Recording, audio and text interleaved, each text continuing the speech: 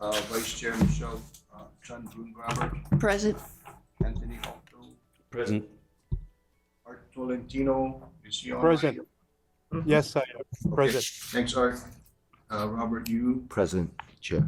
Ed Sniffen is excused, and we have Roger Morton, who's also present, Natalie. and Natalie online. Thanks, Natalie.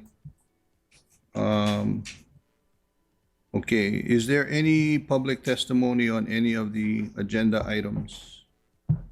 Anyone in the audience? Anybody online? No testimony, okay. We'll move on to agenda item number 3. Noting that the PMOC report is not ready for review yet. So we'll start off with the March 2024 monthly progress report. Vince? Good morning, board members. Vance Suda, Hart Project Director.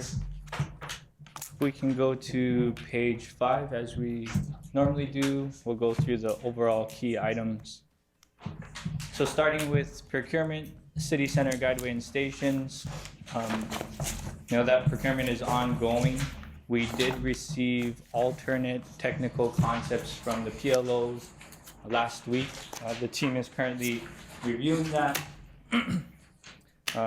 And verifying that they are alternate technical concepts and the details in that. As I mentioned last month, we did push out the procurement schedule. Right now, the proposals are due in late July with award in late August and NTP expected in September.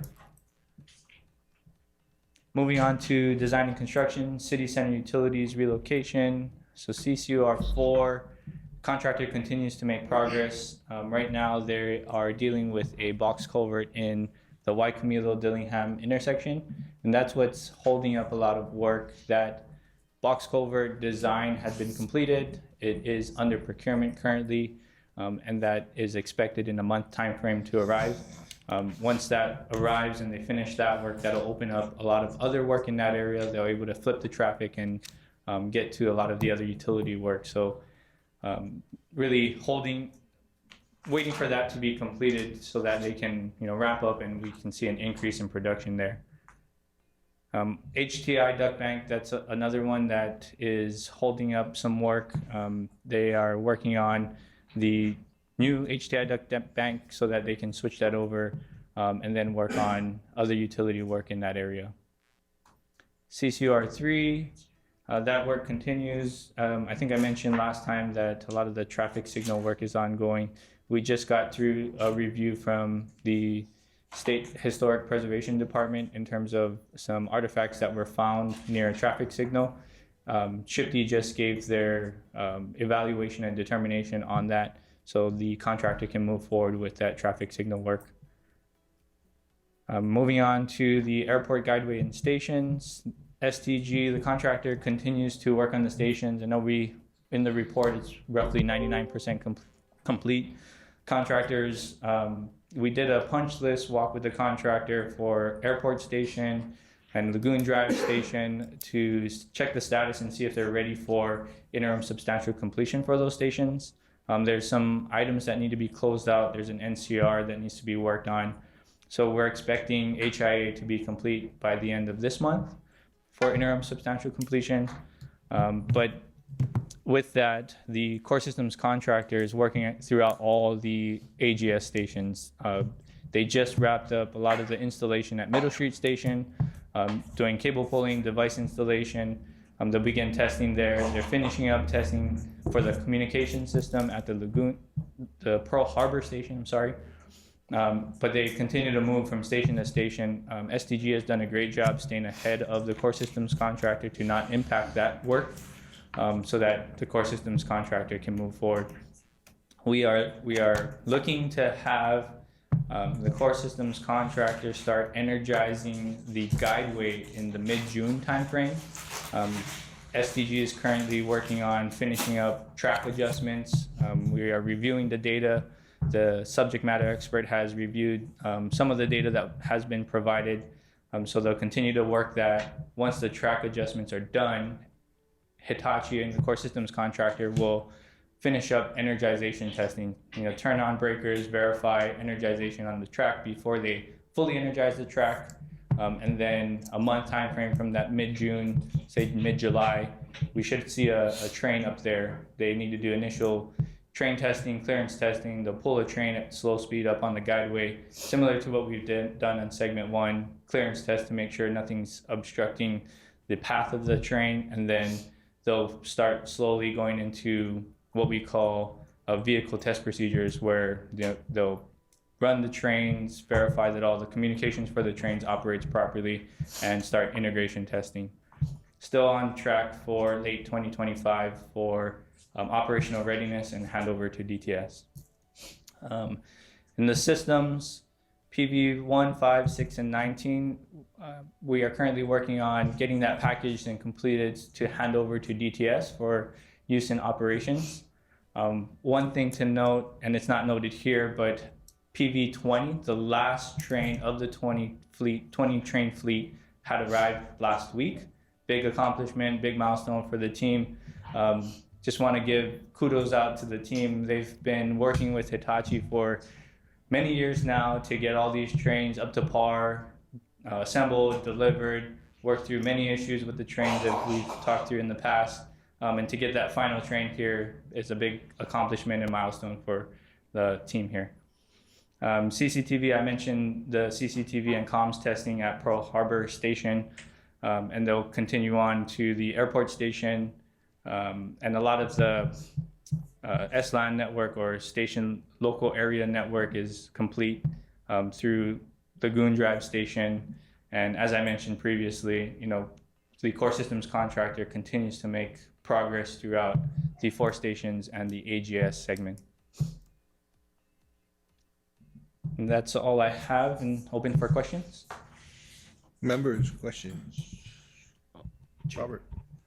Thank you, Chair. Thanks, Lance, for the report. I have about 2 or 3 questions. This is, I want to make sure I read this properly. So the elevator and escalators contract, when I'm looking at the report, it says contract substantial completion date is December 2024. So are we rebidding this contract? Because, there's no way all the elevator and escalators could be installed and tested, commissioned, and maintained by December 24. And that's on page, oh shit, I don't know. It's one of these pages. What section? I think I made a copy, but the page number didn't come out. Yeah, they're not in here. What section? Oh, Or what? it's MI 930. The 2.1, 210 construction, report page. Yes. Oh yeah, the page number didn't even come out on this either. Oh, God, it's so tiny, I have to use my phone to see it. Yeah, that substantial completion date obviously is out of date. We were handling segment 2 kind of separately from the overall contract, so we'll have to look at whether it's a change order or extension for that contract to get us through segment 3. Okay, and what's the timing of the change order? I would say to get us through, well, most likely towards the end of the year. If the current substantial completion date is scheduled for December 24, we'll have to push that out. The elevator escalator contractor is finishing up their work within the AGS stations.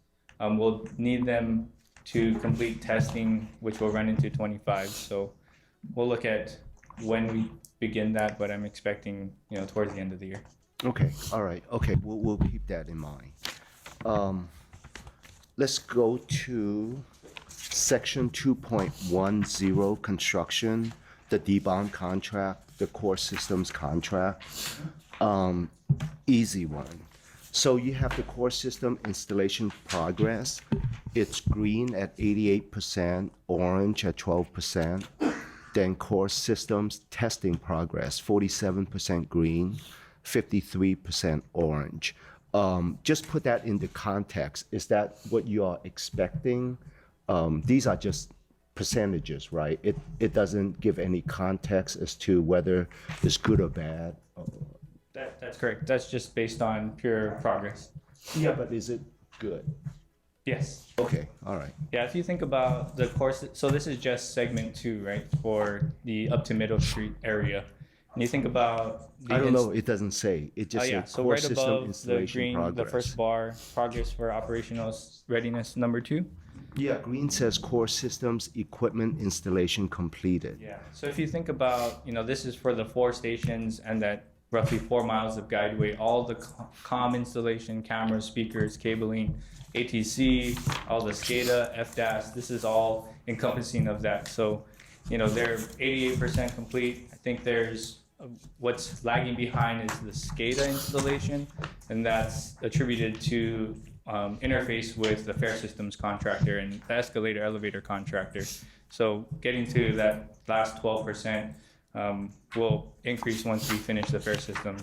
In terms of testing, if you can recall segment 1 testing, all that trial operation testing that we did through segment 1, we'll have to redo for segment 2. Maybe not as, we won't have 160 test cases that we had in segment 1. We'll have more on the line of 50 test cases, but we'll have to do all those test cases. We'll have to do all the subsystem integration testing, and that accounts for that 52%. Okay, sure. Thanks, Van. So one last thing. Appendix B, contract status by contract packaging plan. So it has a detailed contract value and the amounts incurred for each CPP number, right? So I'm really just focusing on DBB 511.1, which is the city CCUR 3. And that's the one I'm focusing on.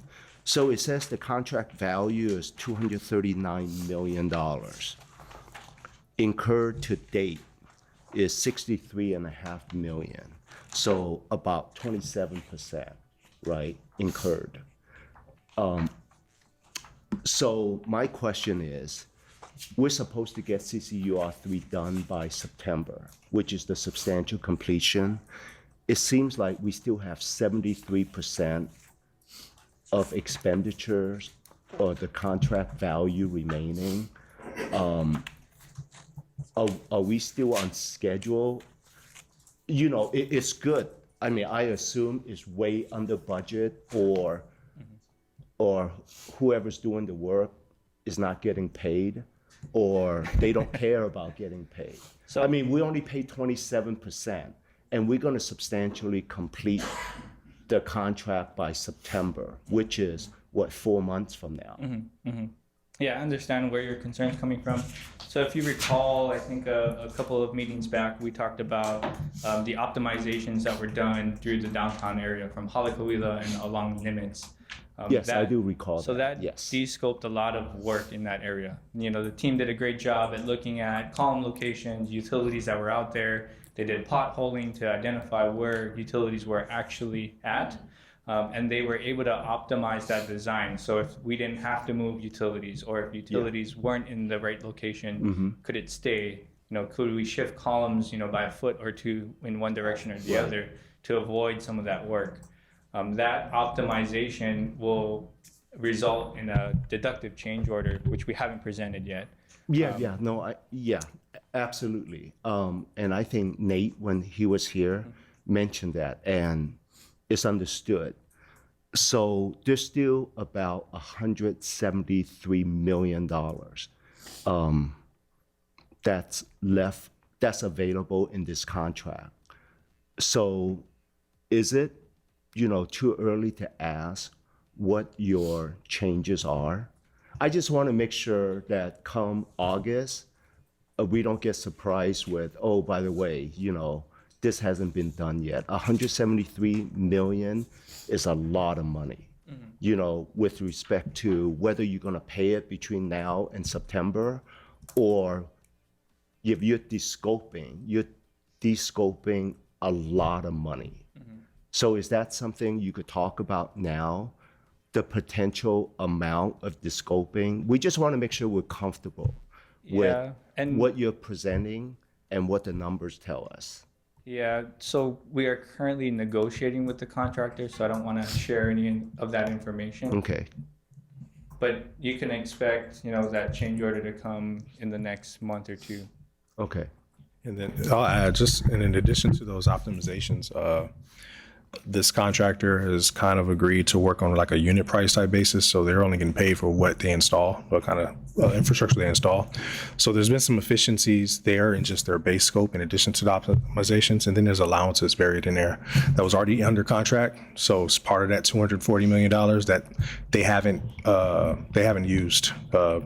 But a percentage of it's so. not 240 million. It's 239. No, I know. I'm saying part of that 240 million, which is all under contract, is allowances that they haven't used in addition to the optimizations, in addition to some efficiencies, just doing their base costs, their base scope. So we have an idea what their EAC is going to be, but to Vance's point, until we finish that negotiation, we don't want to go into like specifics.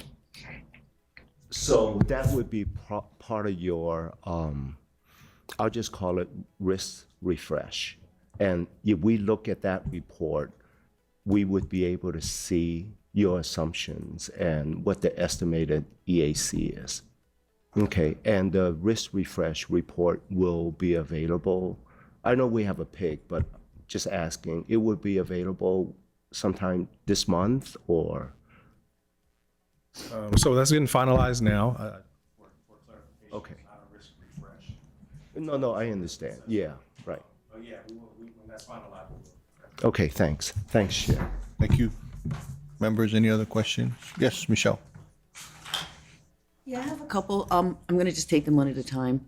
Can you talk about the critical path utility schedule and the next kind of close to the critical path CCGS and the number of days between the primary and the secondary critical paths? So the critical path right now runs through CCR 4. That's the Dillingham section of utilities. As our highlights kind of indicated, so they got to get through. They broke Dillingham down into 3 sections. There is 1A, 1B, 1C. 1C being the latter of the 3. Once they get that ducting in, we hand over the electrical, the pulling of the cables to the 4E contractor. So there's long lead items, there's poles in order right now. They're going to do some of the infrastructure. 4E is going to come in, install and pull cable, get those service connections. That's going to clear the way in the Dillingham section for the CCGS contractor. Once we get them awarded, get them on board, we want them to be able to drill shafts, and this is for their stations. We're seeing stations as kind of the most critical area. Get the station shafts built by February 2026, giving them 2.5, 3 years to finish stations and guideway in that section, handing it over to systems. So that's kind of the longest path that we're seeing it right now. Right behind that is the procurement for CCGS. We want them on board by the summer or September, depending on how you want to see it. And that's How many days is the difference between the two schedule items? it's within a week. It's Within a week. Within a So week. there's really kind of two critical They're paths racing each other, like for- basically right on top of each other. Yeah. Can you, because the utilities are kind of getting done by unit price, can you talk about the incentives that they have or disincentives to do the last bit of work? I've kind of always been worried that, we save the hard stuff to last. Yeah. And so, at some point you're like, well, not even worth it for me to do it. So what are the contract incentives or for them to continue to completely finish everything? So for clarity, so our CCR 3 contractor is very different than our CCR 4 contractor. So when the unit price kind of agreement is more with 3, 4 does not view their contract the same way. So we're negotiating credits with them, as you know, transferring some of their work to 4E. So they are fulfilling every scope in their contract unless we deduct it out. So this is going to be a fixed price. They're operating like a fixed price contract. But they're getting payments as we go through based on completion. Yes.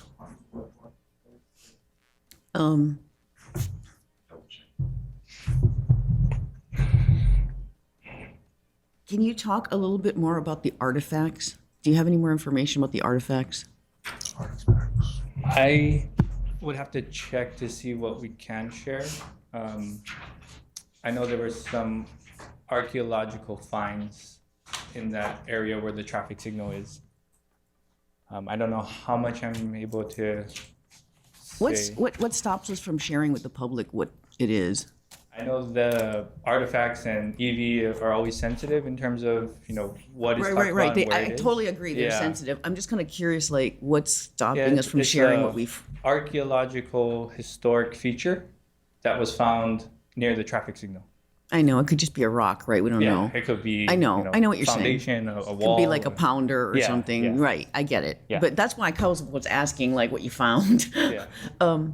I am still kind of curious about that. Maybe we could make that a topic of interest at some point because I'm sure people are interested in that. Okay. What cyber intrusion testing do you do on the command and control systems and software?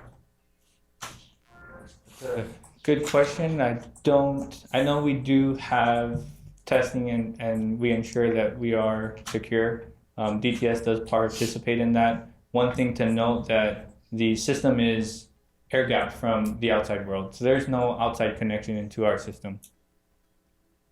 So we have a dedicated communication network for our Right. system. We have a lot of risk with respect to SCADA systems with maintenance software that people bring in on their laptops, for example. So when you roll in like a change to the software, even with an air gap system, there's risk when you bring in new software. So I'd like more detail on that.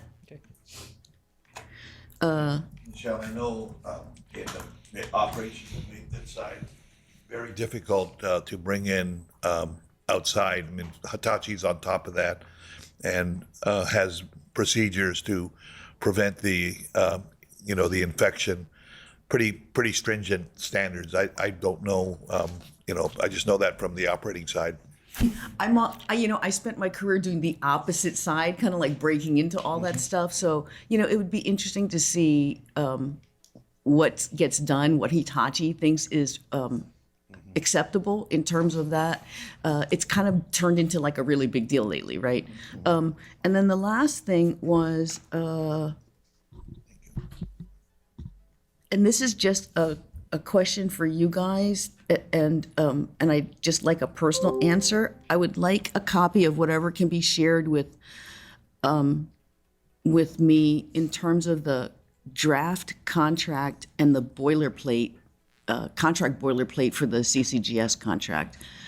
And it might have gone out, and I didn't dig through the entire RFP1 to look for it, but it might have gone out with RFP1. So whatever you can share, I would like an email of that, and whoever else is interested, we can share with them as well. It probably is. It's probably in the public domain. I just didn't dig around looking for it, but I'm doing some research, and I'd like to have that. Thank you, Kika. Well, maybe, if whatever you make available, maybe just send it to the entire committee. Okay, we'll do that. Anybody else have any questions? Roger? Just a couple of questions. I know it says here Mike. that on the airport, guideway, that substantial completion has been granted, and that they're preparing to transfer it over to Hitachi. Does Hitachi have a role in inspecting the guideway prior to them accepting it? Yes, so Hitachi's responsibility in terms of maintenance is for the track, special track work. They do have a role in that. We have been in discussion as to what they will be doing before handover and the process for that. And then just kind of related to that, is final acceptance dependent upon successfully operating, systems in test on the guideway to determine after the system has been exercised with live vehicles? Is there a final acceptance based on actual operation? I don't believe so, but we could double check. I don't think the two are tied together. I bring it up only because we have such a history of track issues want to make sure that before we take it over, that it's been adequately tested. And related to that, can you give a little update on the rail grinding and whether there were lessons learned or anything, and where that is right now? Yeah, so segment 2 rail grinding is complete. The contractors were able to do that in the time frame that they were looking at. In terms of lessons learned, I would have to go back and look at the details. I know the grinding contractor had provided some information as to what they observed, some suggestions, but the details of that I don't have right now. Okay, perhaps maybe at a subsequent meeting. Yeah, and just to note, segment 1, Hitachi did grinding on segment 1 with participation with DTS. They did observe some of the areas that they've seen previous issues that grinding had improved. They're continuing to monitor that and expect to see those things change. One of the suggestions, and talking to about segment 1, Hitachi was using an oil-based lubricator on the rail, and that was causing some issues that was visible on the rail. One of the suggestions, I don't know if it was the grinding contractor or track specialist, LB Foster, that provided some feedback and just to changing that type of Water lubrication base. to Yep. a water base. Yep. Robert, you had a follow-up? Not follow up to Roger's question, a new question.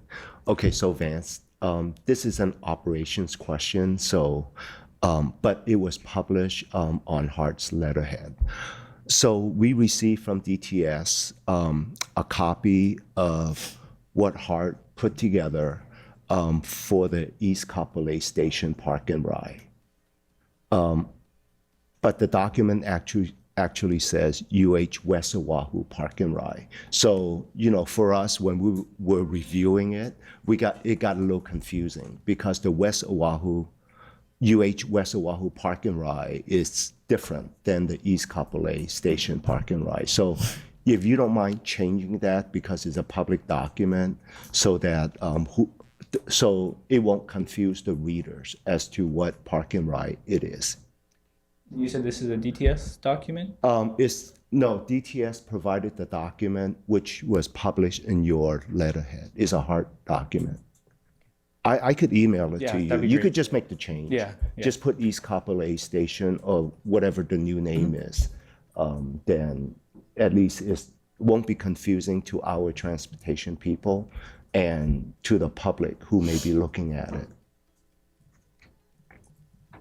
Then one last thing, since we're talking about tracks and wheels and stuff, I know maybe about 3-4 months ago, there were some issues with the train not operating on one day. And there was an article in the newspaper about the tracks and the wheels and stuff. And it was brought up at a board meeting. And Director Morton kind of mentioned that, well, we're not even sure why it's a story because it's really a non-story. Then one of his deputies, Patrick Presser, testified in front of us. Well, we hire a consultant for a consultant to look at that issue. So, if it's not a big deal, but yet Patrick is having a consultant looking at it. And he said that the report will be available in April. Just a follow-up, whether the report is available, and if it is, if there's nothing in it that we should be concerned about, you could just say that. If there is, then, whether it's appropriate to talk about in the meeting or not. Just a clarification, I believe the comment was there's a contractor looking at it. Okay, And I believe contractor. Patrick uses the term contractor when he refers to Hitachi. So I believe the comment was that Hitachi's rail people were going to look at it. There was no external consultant. Okay. Well, anyway, the report, whether it's from the consultant or Hitachi, if there's nothing in it, then you could just report it. Yeah. Due to the grinding that occurred recently that Hitachi performed, they held off on that report. So what they did was they did the grinding, they saw improvement in the track from the grinding. They're continuing to monitor, and I believe they are still putting out a report, but they delayed that because of the grinding. And you could just report back to us, whenever that report is available. Thanks, Vance. Anybody else? Anthony? Going back to your original key items, the box drain conflicts, has that affected the critical path? Are we seeing any delays? I'm assuming you would have mentioned it, but how concerned are you about it potentially leading to delays? Yeah, so we did know that did eat about 28 days of our scheduled contingency because the contract. days? Yeah, about 28 days. The contractor gave us a schedule that showed they were going to be delayed with their at their substantial completion.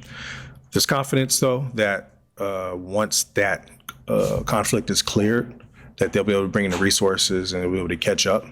So we're monitoring that is the case, and that we can bring some of that schedule back. But at the moment, given our present, what we know today, we're seeing some delay there, and it did impact. This is none, is it? Yes. Does this have anything to do, or could it be helped by the fact that they're only providing 2 crews instead of the contracted 3? Yeah, I asked the same question to the team, and the response has some validity in that. So the infrastructure work that's going to happen after the conflict is where the resources will be needed.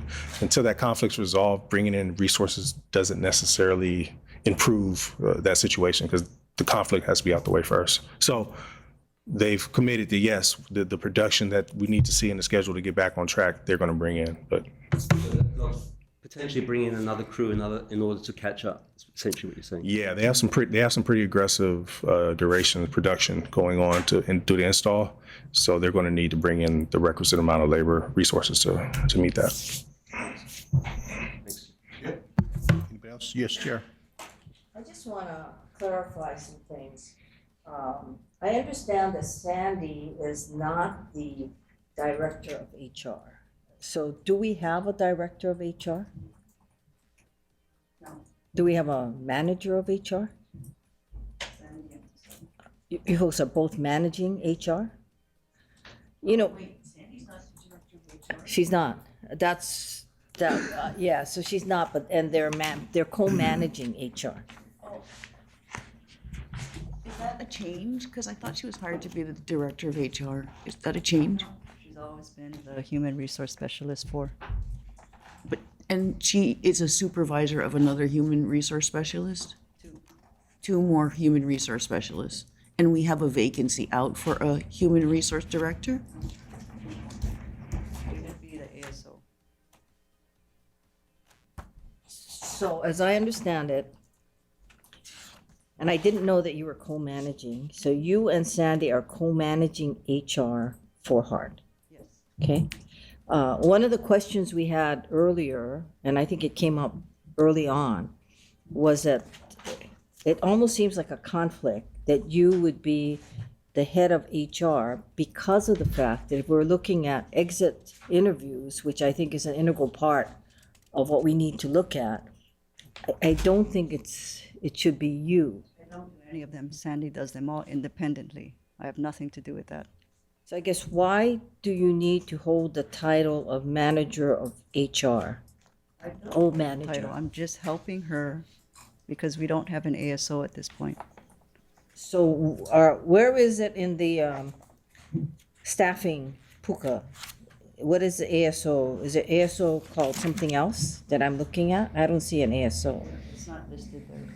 So we're not actively recruiting. No. So if we recruit an ASO, or when we finally recruit an ASO, that person would then oversee HR? Okay, so why aren't we recruiting an ASO? I would like to talk about this offline if I could, please. Okay. So that was a concern, was because I thought that Sandy was the director or whatever, or the sole manager, and I didn't realize that she wasn't. So I just want that clear on the record. And also, And we're not recruiting. That's the other issue I had. You know, this is, one of the issues I've always had, guys, has been with Art in Transit. And I don't know what the page number is, but 2.12, Art in Transit. I thought we had an opening of the Lagoon Drive station, and the description is still development continues on the content and verbiage for the identification plaque.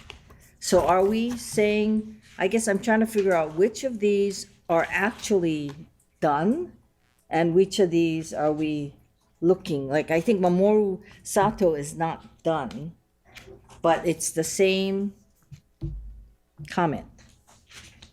Yeah, the installation of the artwork for Airport and Lagoon is complete. What's commented there is the description plaque that would be mounted on the wall or adjacent to the artwork to give you, I guess the details and the meaning behind the artwork. So could you do a better job of telling us what is complete and what has been open, whether we've had any kind of opening on? And if you're only looking for the plaque, then just say only thing left is the verbiage on the plaque on all of these rail-related art in transit. Okay? And the other thing is, and I don't know what the page number is, but it is, I think it's the chart that Robert was talking about. It's like right after that. It's the contingency drawdown curve. You guys see that? Okay. Now, we've seen earlier a similar kind of a curve, but it was, I think, on the days, right, that we discussed, that we had discussed earlier. So there's something that looks like this that has something to do with the days, the schedule, and there's also this contingency drawdown. Yeah, there's 3 more pages, then you'll see the schedule one too. That's also in there. Okay. I see that, 2.14. Yep. And I'm wondering, like on the monies amount, we're at, I guess we're at are we at Q3 almost? Yeah. 2024? Mm-hmm. So March is, is that contingency curve, actual, is that still holding a pretty steady line? You're talking about for costs, for dollars or days? $4. For dollars, yeah, it's a pretty steady line. Is it still steady line across the 700 million? Yeah, we've been around 699 to 701 for the last 3 or 4 months. So we haven't touched any of the allocated or unallocated contingency? Yeah, that's correct. And what typically happens is as issues and other things arise that go through our change process, once we kind of identify those as merited changes or stuff, then we'll find the source of funding, and if that's allocated contingency, you'll see that reflected here in this line. Because I think if what is attributed to the 2022 recovery plan, the difference, if we're at 700 to that, is about 450 maybe to 700, if we were following the recovery plan? Yeah, the next milestone, as you can see on the bottom, would be AGS construction completed, and we should be at a 525 or better.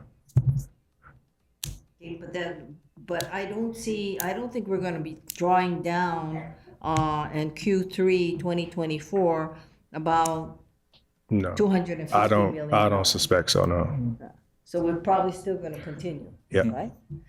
But we have adjusted the 221, I think, which was the original unallocated contingency. I think we drew 10 million off of that. So it's. That sounds right. 211. Yeah. Okay. 211 is our current 211 unallocated is contingency. current. Yeah. But with the allocated contingency collectively, or totals, they both total about 700 million, and we're holding steady on that all the way through, even to this Q which would have had a reduction of 250 million. Yeah. Now, what do you attribute that to? The contingency holding steady. So I'm less than a year in here, so I can just speak from what I've seen so far. But it seems like we've been able to manage our contractors, particularly the utilities, fairly well for how far along they are into it. These milestones are supposed to be reflect key risk milestones, and so we would expect to see some level of drawdown, not necessarily, this is kind of the worst case. We meet these, if we're here at this level, then we're kind of finding ourselves unhealthy. That's the way FTA looks at it. So far, Right now, we have a cushion. so right now we have a cushion. I mean, that's not to say we're comfortable, but we have a cushion. Okay, now let me ask you this then. We do know, I think this is in one of Rick's financial plans, that there is now an estimate difference in terms of the amount of GET revenue. The round of revenue we have, a lot of that is due to our bonding scenario. So we're no longer doing general obligation bonds with the city, but we're looking at commercial paper. And so that makes a great difference in it.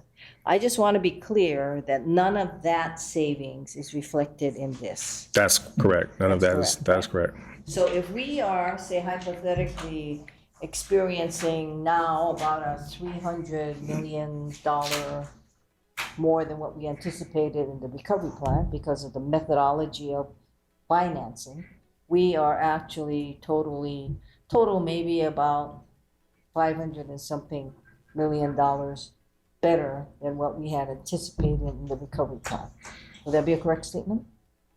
Yeah, not knowing the numbers on the GET and stuff off the top of my head. Yeah, I mean, but I think you're right. So that isn't above what we have here as far as contingencies. Okay. So if I tell you, take my word for it, it's about that, then we add it together, we get the number. I do want to caution though, the contingency that we currently have, we expect potential claims in the future, for the delays of segment 2, segment 3 opening. The core systems contractor is here for the entire ride, and they have been delayed from their initial contract or from that CCO 52 where we reset dates. So we do expect, potential claims for that and others. So we will need to draw down on that contingency, potentially. I'm not going to say yes or no, but just to make sure you're aware. Understand, but then we also had differences in how we contracted between the original CCU, what we call CCUR, the original NAN contract, and what we have now. That we have paid, I think we paid NAN about 100 million. Was it 100 million? The CCR one, the first one, or First, I don't know if we call it it CCUR. was around 80-90 million. Yeah. Yeah, we paid about 100 million. Yeah. Okay. Thank you. Thank you. Any other questions? Hang on. Natalie, you have any questions or Art? No, thank you. Okay, I'm good, thank you. okay. Michelle? Hey, risk management. Section 2.15, it says, blah, blah, blah, this whole section is from February 2024 monthly risk update.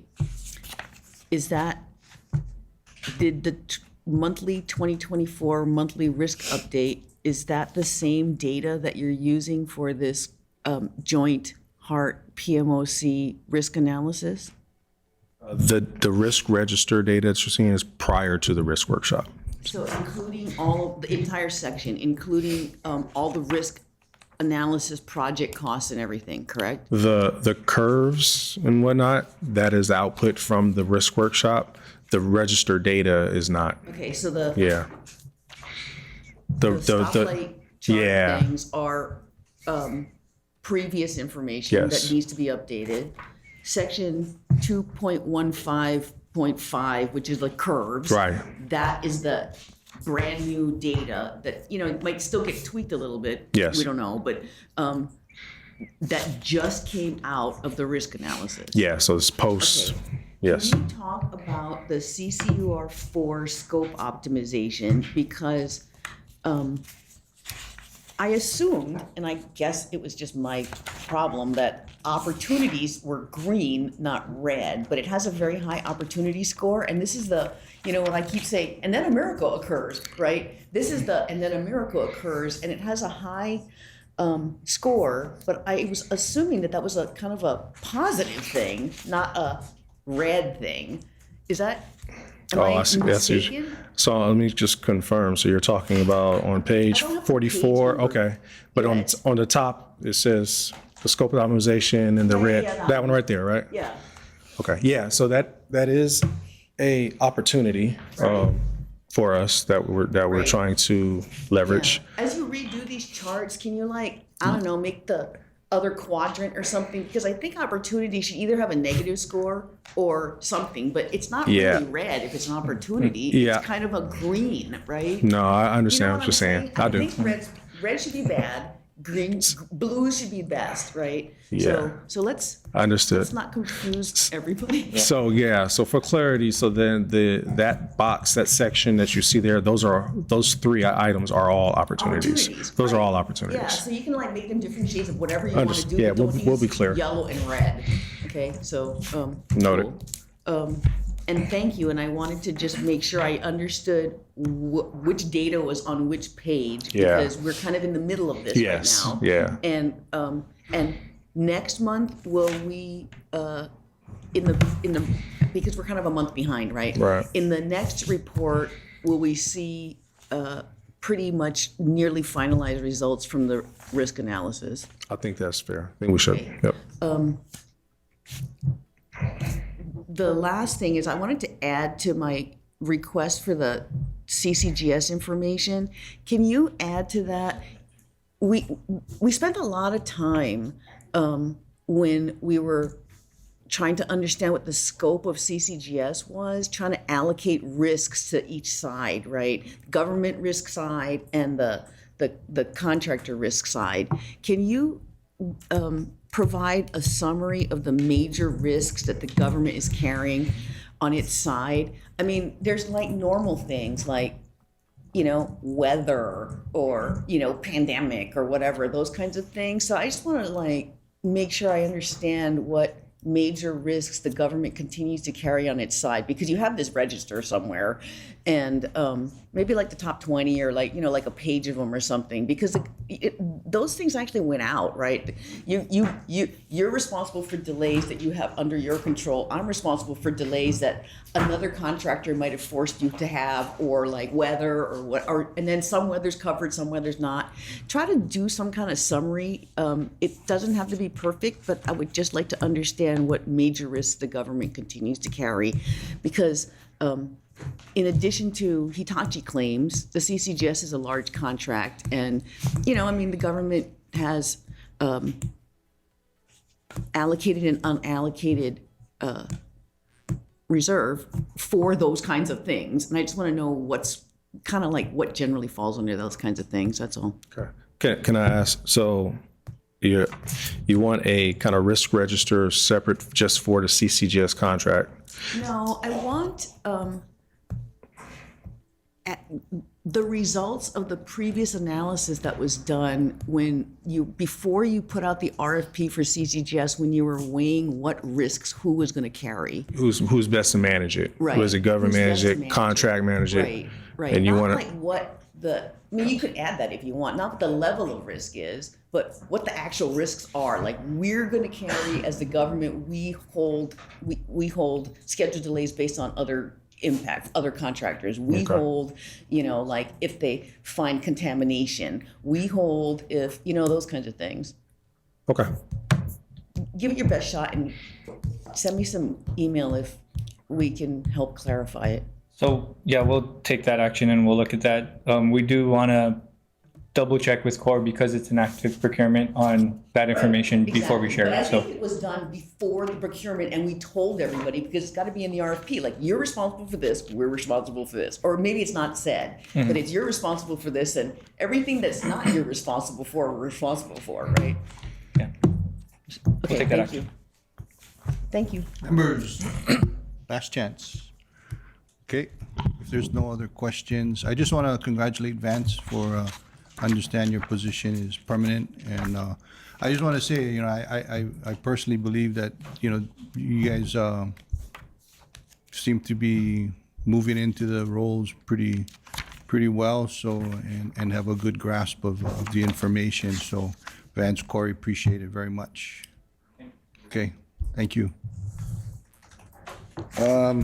I don't think, again, we have the PMOC report, so with that said, there's no other agenda items. So if there are no other questions or public testimony, I will adjourn this committee. Thank you.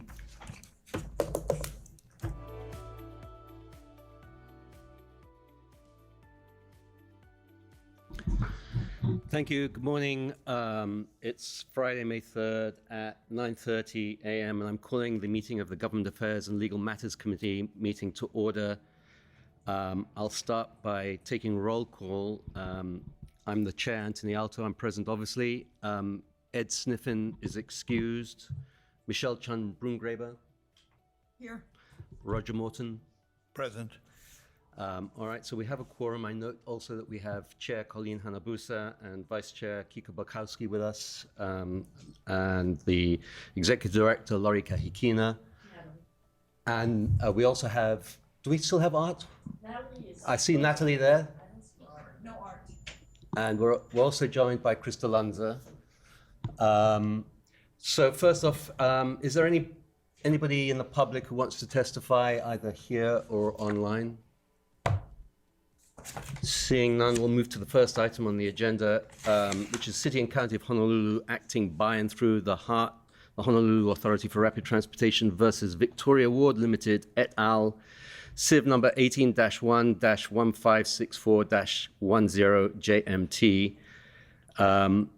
We're joined by Deputy Corporation Counsel Paul Aoki. Thanks for joining us. I'm sorry, forgive me.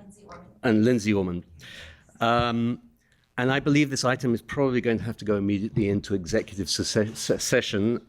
So let me just read the statute. The board may enter into executive session pursuant to Hawaii Revised Statute Section 92-4, subsection 92A3, to deliberate concerning the authority of persons designated by the board to conduct labor negotiations or to negotiate the acquisition of public property or during the conduct of such negotiations, and subsection 92-5A4 to consult with its attorneys on questions and issues on a matter pertaining to the board's powers, duties, privileges, immunities, and liabilities.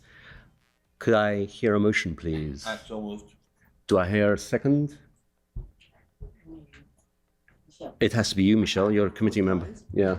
Second. Thank you, Michelle. Do I hear any discussion? Hearing none, we are going. Chair? Sorry. Oh, Natalie, please. Of course, I forgot. Please give us your statement.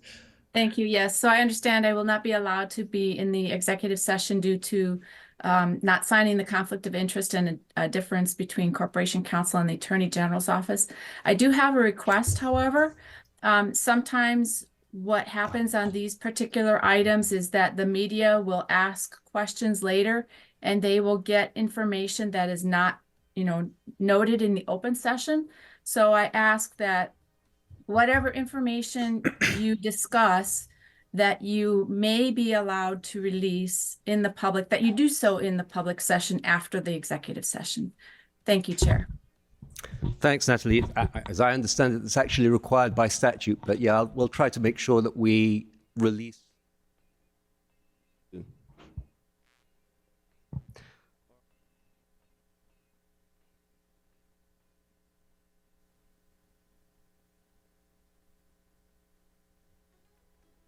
To the back room.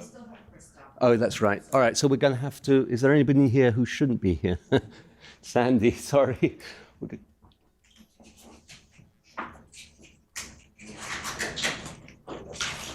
She was waiting so patiently in the room.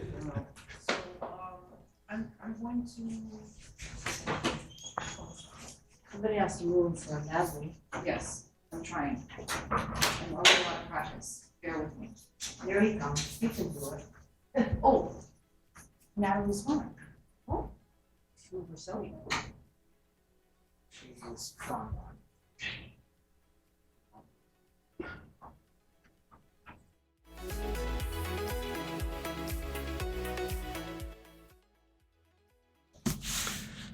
Thank you. This is the resumption of the Government Affairs Legal Matters Committee meeting. We've just come out of executive session.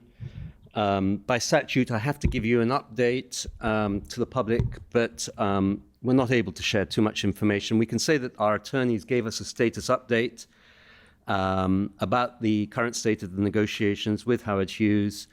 But under the terms of Court Rule 408, we have to keep these negotiations confidential for the time being.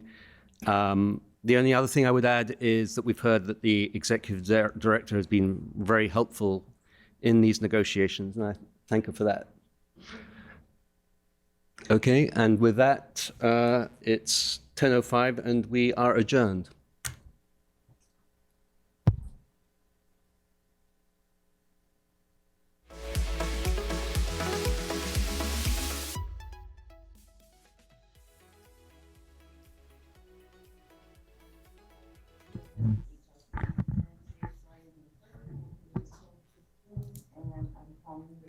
Order. I'll do roll call. Anthony Alto, Present. Kika Bukowski, Present. Roger Morton, Present. and we also have with us Colleen Hanabusa and Natalie Iwasa. Do we have anyone else? Art left. Could I I don't think these are the right members, unless you guys changed it. So last month it was Michelle, Anthony, Art, Roger. So I just want process to be followed. So I think Colleen needs to be added on, or no need? I don't think Kika's a member of the committee. You're not on this committee? I'm sorry, I don't know what happened. Who's on this? He's listed on the agenda. I know, I think it's incorrect. If you look at last month's agenda, it changed when Cindy was gone. So I think the wrong template is being used. No, I haven't changed the name of this committee. So it's when I think I was taken off. Kiko was taken off the committee. but it wasn't taken off last month. Okay, No. Anthony is the vice chair. I mean, I understand this little thing at the top. Anthony is the vice chair of this Yes. committee. Yes. Art is included in the committee, That's and he is excused Yes. because he's not here. Right. But who else is present is Kika, Colleen, and Natalie. Yeah, there you go. We will No, I think I didn't. fix this in the future. Is this letterhead? Yes. Yeah, it's the Yeah. letterhead. Yeah. We gotta Okay. figure out who's Right. I know who's on my committee, but we'll fix the letterhead. she's not. Letterhead is She's wrong. not on mine. Noted. So we have quorum, though, right, without Art? I'm on board with it. Yeah, because you only need two. Me and Anthony, right? Oh, I thought you needed three, sorry. Wait, do I need three? You just Well, we got three if we should have need three. three. We have Yeah, three. yeah. And I got four if I need four, because I can include one of these guys. So, are we done with the letterhead? Okay. Figure out what happened. Figure out what happened. Item number 2, I'm calling for public testimony on all agenda items. Does anyone have public testimony? Do we have public testimony? No one signed up. Okay. Do we have any public testimony? Okay, who wants to go first? So, please state your name, and every person that's giving public testimony has, what, 2 minutes? So like, yeah, okay, go ahead. Can you guys hear me? Yes. Okay.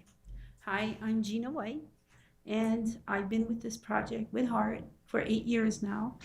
I've been under several different CEOs, and I'm here in support of Lori Kahikina as CEO. And, you know, without getting into the project and all the particulars, I'm just here to talk about the person. And, you know, throughout my career, have worked at different places. And the one notable thing that I would say is everywhere I worked, I knew who the CEOs were. I knew who the president and all these executives, even my own bosses. And I had been a supervisor at one point. But I never experienced having a boss, let alone a CEO, who would come to me to talk to me, where we would have these little scheduled meetings. And she's done that with everybody at Heart. And so far, we've had a couple of meetings, and it could be about anything we want to talk about. She knows about my family, she knows about my job, how I feel about the project, and just that alone makes me feel heard, and, and that even my own position, I'm an accountant one with budget and finance, and I've done that for the last, I'll say about 4 years. And prior to that, I was in contract admin, where I was an assistant there and worked with change orders and all that kind of stuff. And, so I didn't have any high positions, any executive positions. I'm like, if you look at a body, Lori's the head, I would be the toenail on the little toe. That would be my job. You pluck that toenail out, ooh, stings, sore, but foot goes on, get over it. You cut off that head, the whole body falls apart. Now, with that said, the final thing I just want to say is, when Lori first joined the project, that was in, I would say, January of 2020. I'm sorry. Go ahead. Anyway, and I don't even know if she realized what was coming a couple months later, which was COVID. So then she got thrust in the middle of COVID, where the whole world was turned upside down. And as a new CEO, she had to deal with all this and deal with the project and all the issues. And, we were not getting along with a lot of people. They were not in favor of Heart or building this train. But today, I know that a lot of people are buying in. They're not all there yet, but she's opened up so many lines of communication.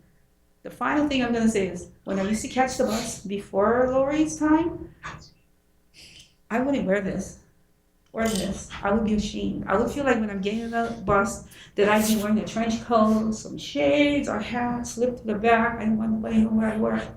But today I'm like, yes, that's right. See where I work? Look, hey, I work for the rail, and I'm proud of it.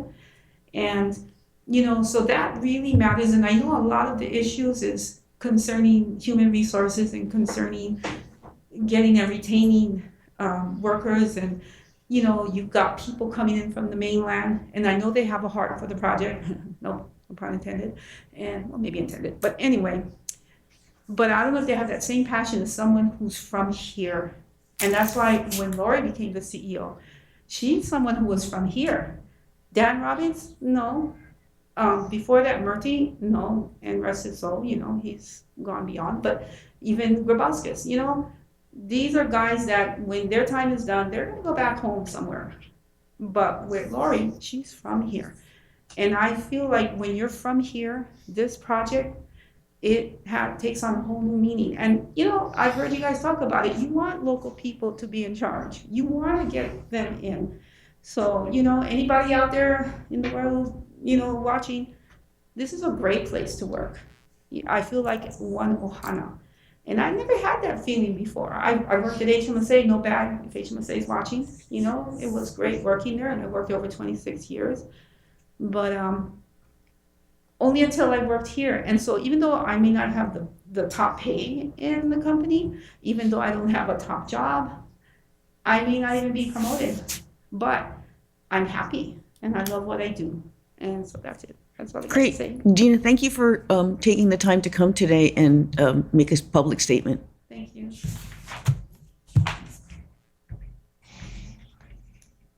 Anyone else?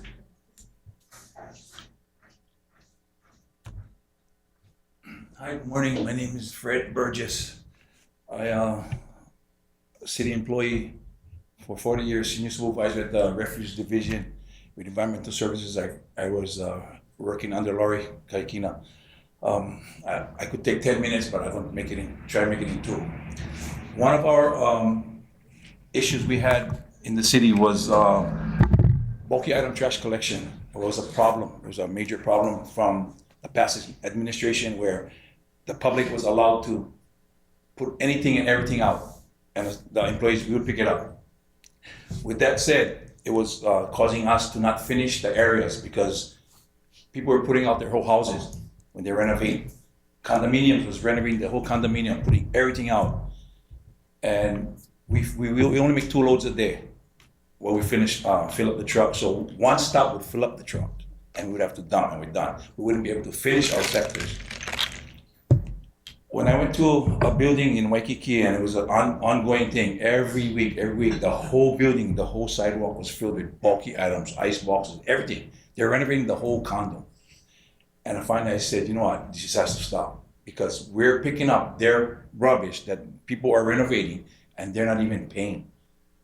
They should be having a dumpster there and hauling their own rubbish. So what I did was I would send videos and pictures to my bosses. And then what happened was Laurie, I guess, went into find out if there was a different way of having it picked up in a better way. And which she did. She found out this other way that we have now. It's scheduled and you only limit to 5 items. Prior to that, the men were getting burned out. The equipment was breaking down because of the wear and tear. It was getting abused. Men wasn't coming to work because of they're burning out. They just burned out. They're tired. They're picking it up manually, and it's heavy. You get couches with beds inside. It's not light. And the system that she changed, and I was with her, and we implemented it with the union. We fought with the union that they're against it. We finally got negotiated and implementing it. Today, it's a better system. The streets are cleaner. I know that. I travel the streets every day. The streets are cleaner. The people are happy, and we're finishing the sector on time. So, what she did with us, no other administration did. There's other projects that we also deal with in Chinatown. We cleaned up Chinatown. I know Chinatown. I was there every morning. The trash collection there is better. The place was a mess and full of rats. We implemented trash cans there, and it's working, and it's better, and it's cleaner. It's Laurie's idea. And I feel that she can do that, the same thing at Hart, if she continues, and we can move on to this next phase. And Anthony can vouch for what I just said because he was with me, picking up all those trash at the time. I wasn't picking it up. I was filming you picking it up. Yeah, you did documentary. So what I'm saying is true, and it's the city and county is much better now because of what she implemented and was her idea. And I felt honored to do that under her. And when she left, the new administration came in, the new director came in, and I was there. I don't even know who he is. Never met him. He mailed us a mass email saying take his name off the email, and I was like, what? What kind of director is that? I never met him. I retired after 40 years. I said I ain't gonna work for somebody that does that. I work for her, and because she left us, when I made my decision to leave, and I was honored to work as the trash collector because that was the best job. And I worked my way up from a collector to the supervisor position, and I retired as senior supervisor. And thank you for that. Thank you for hearing me. Great, thank you, Fred. Thank you for your public You're welcome. testimony. You're welcome.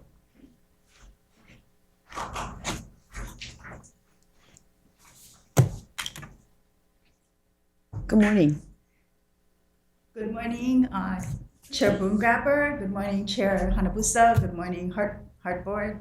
My name is Joanna Yama from Hart Executive Management. I just have one question for Chair Boongrapper. From my point of view, I want to ask you, being the chair of the HR committee, how have you helped Laurie, Boss, and Sandy as well? It's easy to stand on a soapbox and point out to people, hey, there's a hole in the ground, there's a pothole here, and state that kind of statements as you say to Laurie that there's all these positions still open, unfilled. But what about trying to help resolve the solution and help us fill the positions. Like, it's easy to say, hey, there's a pothole here, stand aside, not do anything about it, look at these two people and expect them to fill the hole. Why not grab a shovel and start helping fill the hole? It's easy to just point out these things and say, this position is open, this isn't filled, people are leaving, but you as the chair of HR, how are you helping them to fill our positions? Also too, I understand that you were in attendance of a city job fair. One of my personal family relatives attended that because she hears good stories about how I say I enjoy working for Hart in the city. She attended that job fair, approached you, and was surprised to find, she actually thought you were a lifeguard because the city has had the lifeguards there. She was amazed and kind of taken back to find out you're one of our board members, but she approached you, asked you a question regarding Hart, and you were not able to answer it, and instead you passed her off to Lori. So she was wondering why you weren't able to answer her questions regarding the city and working at Hart, and I didn't know how to answer her question. She did tell me that Lori and Sandy were very informative and helped her answer questions she had. So again, my question to you is, how are you assisting or helping these two? So I want you to take that back and think about that. It's easy to point out we have all these open positions, but you as the chair of HR, how are you supporting them? That's all I'm asking you to ask yourself. You know, like the old song goes, and we as city employees feel the same too. So as the old song goes, I want you to think about, what have you done for us lately? And that's all I have to say. Thank you for your time today. Joanne, thank you for your public testimony. And because it's not agendized, am I able to respond or not able to respond? That's a good question. I think it's public testimony. I don't and think there's any if harm I have a in- response, yeah, I think I don't it think needs to there's be any harm. agendized. But I would really encourage everyone who has maybe these same feelings to watch the previous HR meetings and watch our behavior in the HR meetings in terms of concern for employees, actions that have actually been taken, those kinds of things. And I think that it's important as you watch those to recognize what powers the board actually has. And we're happy to share with you, what the charter of the committee is, what the charter of the board is, and what the charter of the CEO's responsibilities are with respect to employment. And I just would encourage you to do that. I'm not going to make a statement. Thank you for your public testimony. Thank you. Anybody else?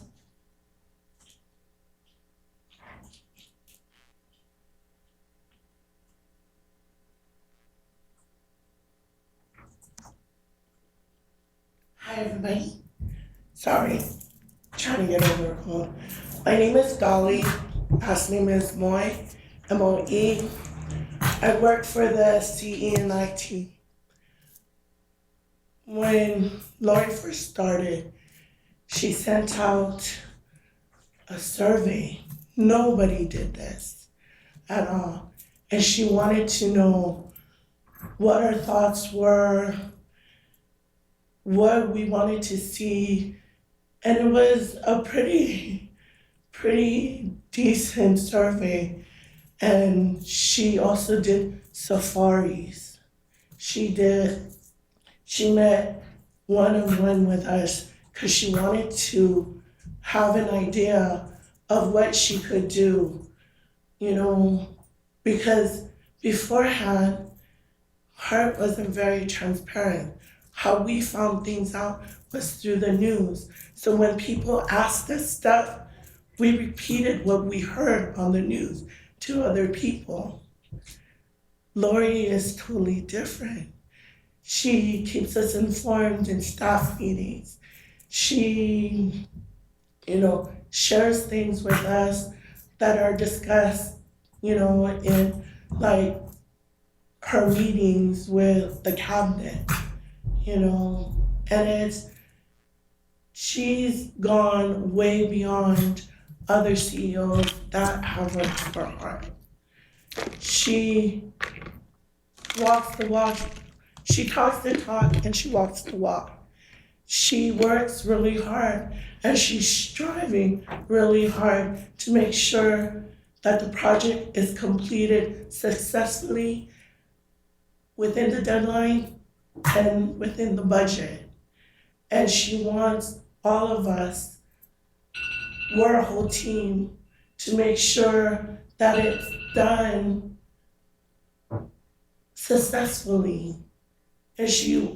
And her main concern has always been to strive to make sure that the employees are all on the same goal as she is. That's all I wanted to say. She's actually an amazing woman and a great CEO. Sorry, Cindy, I went over the time limit. Hey, Dolly, I really appreciate your public testimony. Thank you for taking the time today. Thank you.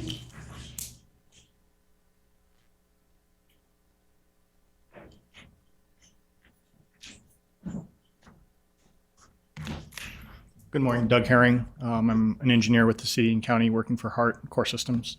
I'm here to offer public testimony in support of CEO Kahikina. Dolly already referenced those surveys. There were actually two of them that I recall. The results for them were presented during all staff meetings that Lori had with us. And even though, after she came in, there was a dramatic staff reduction, she still came out pretty favorably in those surveys. The way that employees at Hart regard Lori, we think she's great.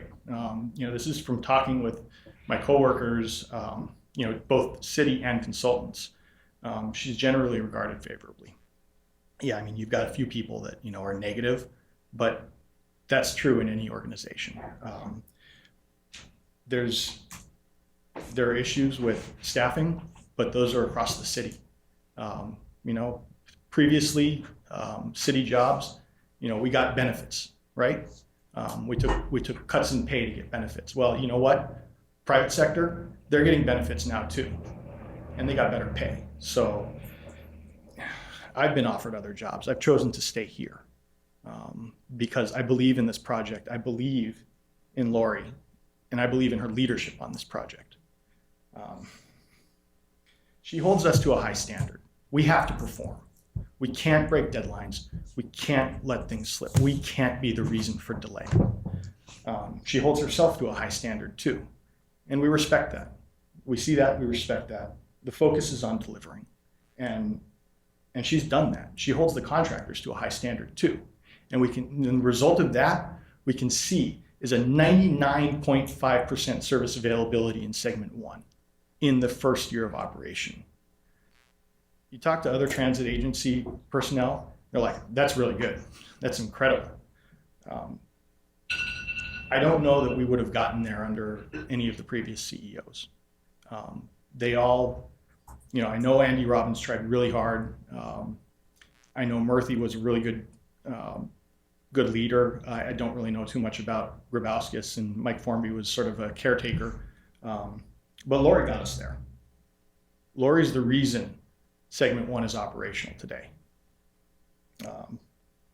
There's other stuff I can go into about public coverage, but you guys are well aware with how Hart's opinion in the public has changed over the Lori's tenure. So I don't think I need to go into that beyond referencing it. And I realize I'm past my time. Thank you for your consideration. And thank you so much for coming forward with your public testimony.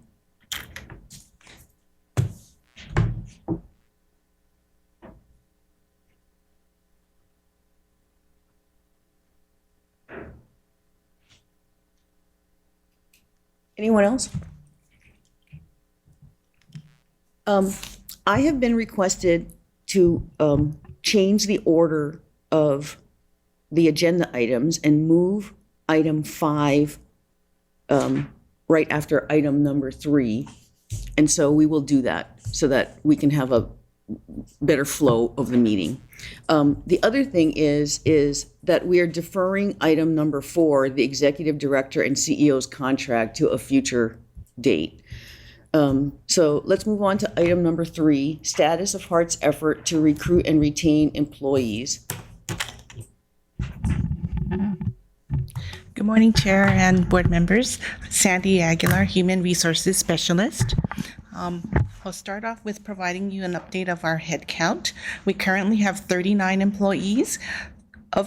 We also have an additional 33 vacant positions that are funded by the city, 26 positions that are unfunded, and that gives us a total of 98 city full-time employees. Okay. Next, I'll go to an update on our open positions. We currently have 14 open positions. Of those 14 open positions, we have identified 3 of the top priority positions that we need to fill. Those top 3 positions are the Chief Financial Officer. For this particular position, we have completed a phone screen. We have identified a candidate. It's a mainland candidate, and we have had subsequent conversations with that candidate. We are going to be following up with that candidate in about a month. The next, When you say a month, is what happens during that month before you follow up with that candidate? we have some internal things that we're looking at, and one of them is, I think, Lori's situation. So we wanted to see what was going to pan out after this. We just wanted to make sure that we had a good feel of what was going to be happening in the future for that position, because it would report to her. So what are you waiting for exactly in that month before you get back to that person? So when Rick did an informal discussion with her, it's very public what's happening here. And that question did come up, what's happening with the CEO. So she doesn't want to continue further discussions until she understands what's the status of my contract. Oh, so that's in an indefinite hold, basically. Yes. And are you going to be interviewing other candidates that don't have that stipulation? I think you're going to find that in most of the high-level manager positions. In fact, I have a very good candidate. I know we're going to talk about succession planning on the project director and the deputy director. At that level, they're going to be dealing with the CEO. So it's very difficult to recruit somebody who's unsure who their boss is going to be. And you've articulated that to them, and that's why they have that concern. I've won the one very strong candidate to be my deputy or the deputy of the CEO. Yes, he's willing to come over right now and replace Rick. But I told him, I says, you know, I really don't know what's happening with my contract. I may be gone next year. He says, then I'm not coming. Great, thank you. You're welcome. Go ahead, Sandy. Okay, so the second position that we've identified as a top priority to fill is the Records Management Analyst 2 position. We have completed our interview process and we have identified a candidate. A tentative offer has been issued and accepted, and we are looking at a July 1 start date for this candidate. I think you were in the room when we kind of were talking, Colleen and I were talking about the ASO position. Can you talk about that a little bit more? I'd like to go into executive session on that one. Okay, so we can postpone that, but Yes. you'd like to go into executive session and we can talk about that. So go ahead, Sandy. Let's Okay, keep going. and the third open position that we're working up, third priority position is the Civil Engineer 3 position for the Quality Assurance, Quality Control Team. We did complete an interview there. We did offer the candidate. However, he did deny our offer for that position. He did have another position that he did accept. For the rest of the positions, we are still either working on phone screens or working to find candidates for those roles. However, I did want to mention that of those roles that we're still working on, 2 of them we've offered tentative offers to, and they have been accepted. They're just going through the approval process with the city's Department of Human Services, and that would include like the background checks. They're in that first round where they have received a conditional offer. They've chosen to continue and they're going through background checks now. Is that where Right. we are with those? Correct. Okay. And then once that's done, we'll go back to those candidates and issue a final offer. Okay. Thank you. The other thing is we are going to be continuing our summer internship program this year.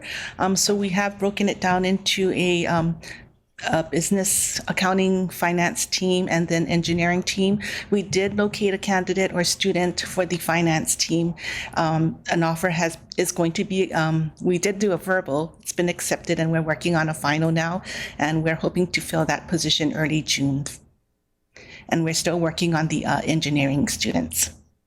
Okay, and we are looking also at attending an upcoming job fair. We just got notification on that. It's a career expo job fair at the Blaisdell. It'll take place on July 31st. Where is it? In Blaisdell? Blaisdell. And is it just city positions, or is it like, what's the job fair title?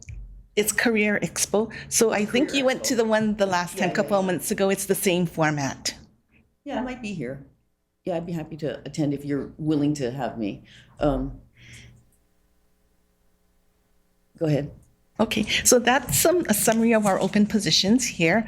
And the other thing I wanted to comment on is our alternate work schedule, the 410 work schedule.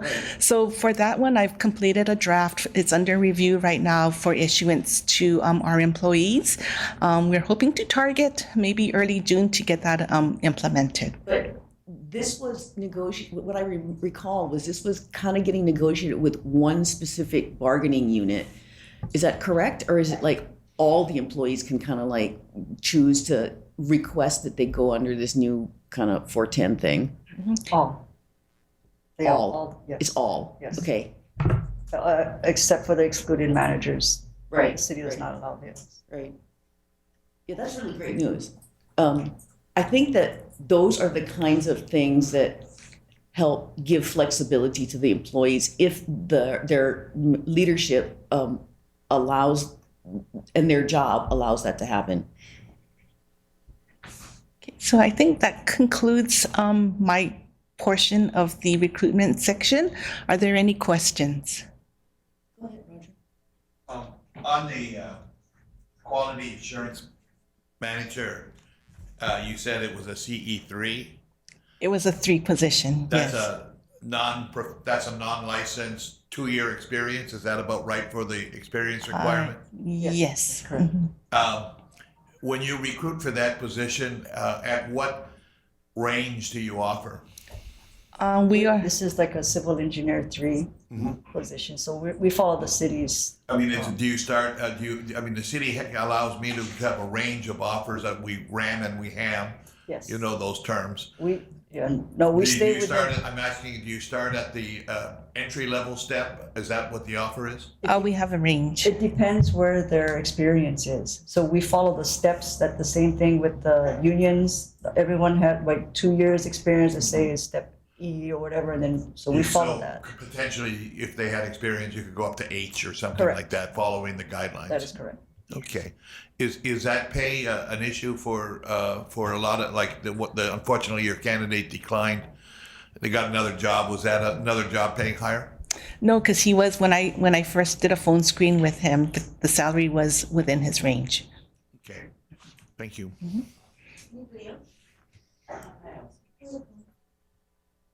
Sandy, Yes. of the 39 positions that we now have, according to, and I don't know if it's the same, but according to the monthly progress report, it had 39 positions. And I think 2 were what I call the 90-day wonders, 89-day wonders. Are they still 2 89-day wonders? There are, yes. So technically, I guess we have 37. And then in addition to that, how many are appointees? Is it still 7? Yes. Why would that be 37? They're working full-time. Just Because 39-day wonders, depending on how you use the law, they're supposed to end after 89 days. 89-day wonders. they do, and then they come back. So Dayton has Well, been with us for years. There's an issue on that, and I think the ledge wanted to close it up so that you couldn't keep rolling over 89-day wonders. Yeah, because I mean, Dayton's been with us for years. I know, but that doesn't mean that they've tried to Sandy, you probably know, they tried to clear it, make it clear that you do not use the 89-day wonders as a way to supplement, and they usually are retired, right? And they come back in as 89-day wonders, but they cannot collect both their medical plus their retirement pay. They have to have a break. That's why we call them 89-day wonders. 89 days break, you come back, but it undercuts the whole intent of civil service and what we are supposed to be doing in terms of keeping people and making a workforce. That's why I'm saying I don't count the 89-day wonders, because arguably at some point that's not supposed to be the way we fill our workforce. I know that you do it, but I'm just trying to get a feeling as to how many we have. So we have 2 89-day wonders, 7 appointees, and 30 personal service contracts, correct? That should be correct, yes. So the 410 schedule, Yes. is that for everyone or is that for the personal service contracts? That would be for everyone in the personal services contract, EMS yes. contracts, right? So when you say you negotiate with the union, did you negotiate that with HGA? We For didn't all negotiate. personal service contracts? We didn't negotiate. DHR did the negotiations. But DHR doesn't really negotiate for personal service. I mean, that's a kind of a different animal, the personal services contract. And I think no one department has them almost exclusively like Hart does. That's what the delay was. It was DHR on our behalf working with HGA to find that template, because you're right, the PSCs are different than the other civil servants. So that's why we're here now. They did it on our behalf, and we've got a good template now to use. And I think the thing that bothers me the most about the personal services contracts is the fact that it's really a 1-year hire. Because if you choose not to renew them, they really have no rights at the end of that. It's like a 1-year contract, which seems contrary to civil service and contrary to collective bargaining. But it really is. After 1 year, they have no rights. Correct, Sandy? Yes, I believe so.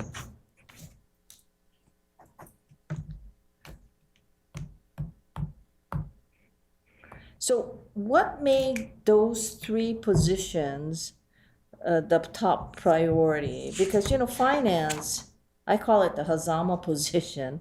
It's been vacant since December 2022, correct? That's probably correct, yes. December 2022. So that's the one that's going to wait a month, or it's on hold for a month. Well, just that candidate. We're That's still a looking, we're still Wait, not a constantly. month. That's in an indefinite delay. Yeah, that's in a correct. She definite, just, okay. can you call me in a month? Yeah, so, We're but gonna we're, check back, but yes. based on what their comment was. Yes. Based on what you articulated, your comment to us was, it's kind of an indefinite delay, but we're going to get back with them in a month to talk to them.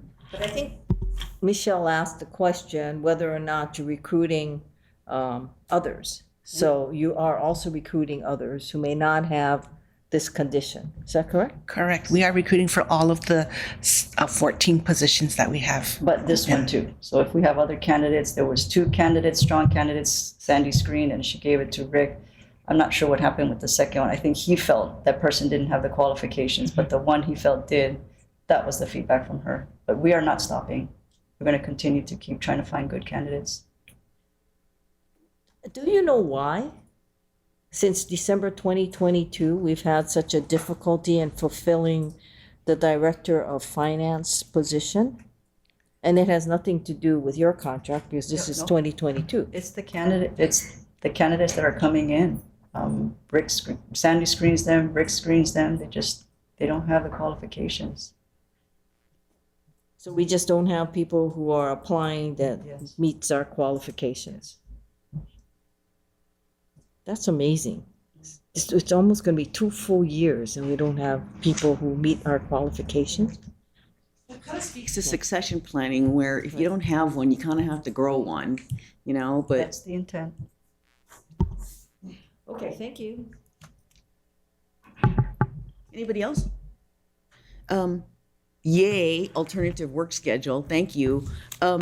I have a question. it is time for the PSC contracts to be renewed in terms of retention. And, you know, basically, except for the 7 appointees, everybody waits until there's a month before and then we're like, whoa, am I going to get renewed? Am I No, going to get that renewed? is not true. Am I going to get renewed? That is not How does true. that process, So I wait, have- let me finish. yeah. Let me finish speaking. You can correct me after I'm done. Sure. But it's that time of year, and I'd like to have you articulate what the process is to go through and validate whether a PSC is going to have another contract extended to them, and where you are in that process right now. Go So ahead. The process starts much sooner. And when I'm having these one-on-ones with my staff, several of them have brought that concern to me, saying, you know, we stress out in the March, April timeframe. So maybe early January, February, can you let us all know? And so I have done that. I've told all the PSCs, everyone's contract is going to be renewed. So don't worry about you don't have to stress about that. Everyone's being renewed. But then it is a long process. So our HR specialist too, our 89-day contract, this is what he does along with payroll. So it starts way back in the March timeframe where he has to put in the required e-forms to DHR. They have to approve, then a contract actually comes through. The employee signs it, I sign it, Core signs it, and then some more paperwork is done with DHR to finalize it. But I tell them way in advance ever since I got that feedback. And so my question to council is her verbal binding? I'm sorry, Cheryl, what was that? Is her verbal, you're going to get a new contract early, is that binding? I can't opine on that right now. I'd have to know more about the circumstances. I'm sorry. Can we Yeah. do some research on that? Absolutely. I mean, yeah. I don't think anything verbal is binding, Michelle, but I just to give them comfort. So yeah, until those actual contracts come through, it's due June 30th, obviously, but we don't want to wait till the last minute because DHR gets bombarded citywide. So we try to get ours in as soon as we can. Okay, so in addition to that, with respect to the PSC contracts, I've been doing some research and I've been reading like HART employees, the charter, how we started. Colleen, you can probably opine on this because you have the historical knowledge, but I can't find anything that forces our employees to have PSC contracts outside of probably a ruling from DHR. Is that, I mean, so I would like some research done with respect to that, because here's what I'm thinking, and I'll tell you the truth, is the one-year contracts are really hard on everybody, right? And we all know that. But as I researched it, nothing says you have to have a one-year contract. But when we started the train, we thought it was going to be short. And everybody was kind of like, DHR as well as HART leadership and maybe even the board probably was like, oh, they're only going to be here for 5 years, right? I don't think we think that's the case any longer. And we all talk about the city having a difficult time trying to recruit employees.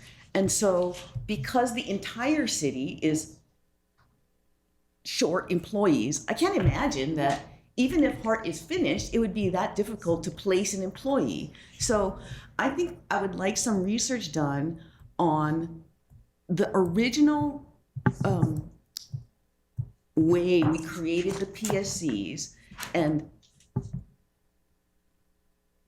an opinion on whether that's in the best interests of HART and the employees to continue that way with PSC one-year contracts, or whether we should all try to revisit that. Because I can't find a rule or a charter or anything that's a legally binding thing that says you have to have this.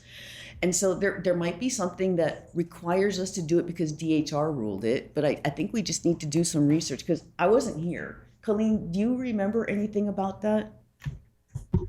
Well, I wasn't technically here when they originally started, but I think we had this discussion earlier, and I've always felt that as we get to the tail end of this project, in terms of just up until Act 1, for example, ends, that it would behoove us, the board, and also to have the discussion to see whether or not the PSCs, PSCs would be able to convert to civil service type employees. And the reason why is because I think the reason they didn't do it earlier was because of the fact that, as you know, in 2 years you vest as a civil service employees.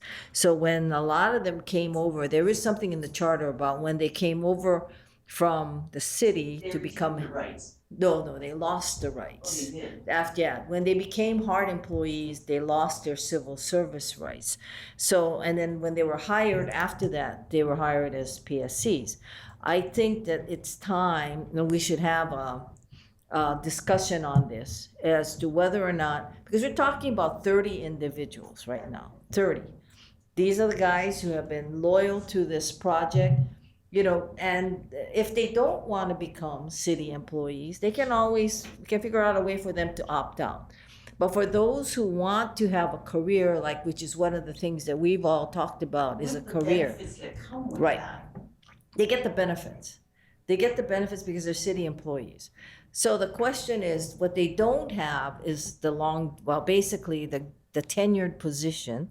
So the city needs people.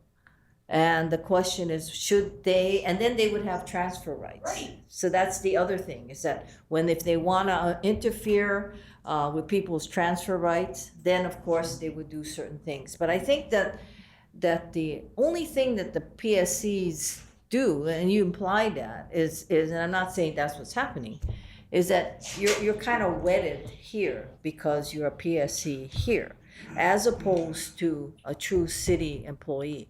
So I think the question should be, should the HART employees begin to now transition to true city employees, and how should that transition take place?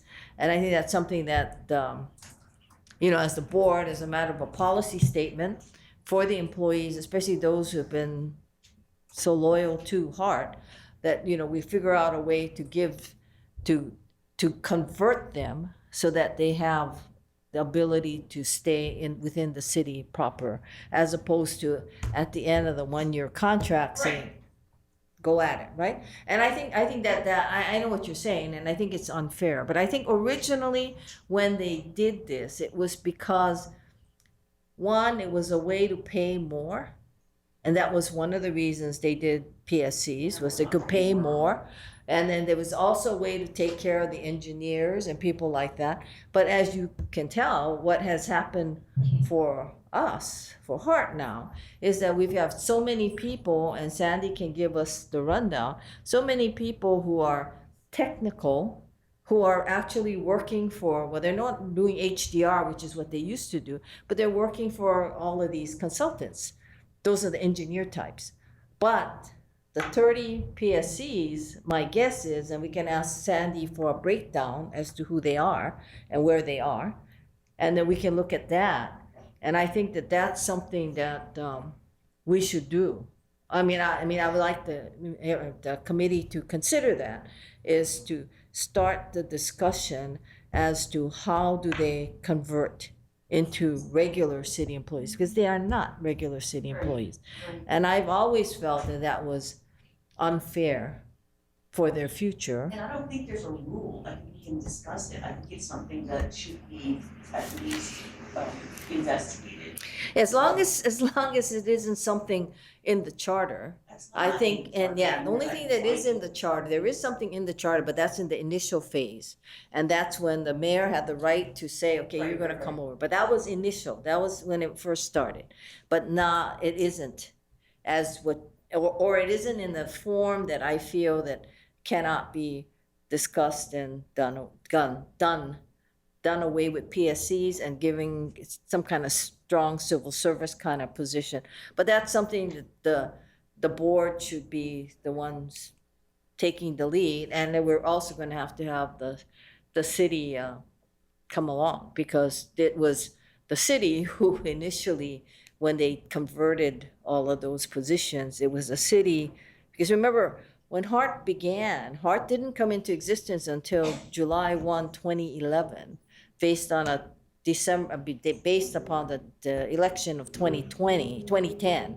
So before that, they were city employees. And that's why there's a provision in the charter that speaks to, okay, everyone comes in, but you lose your civil service position after that point in time. I think that some came in and retained their civil service protection. The ones that were in the DTS Rapid Transit Division that transferred over came in. Now, after that, a number of city employees were recruited to come into HART.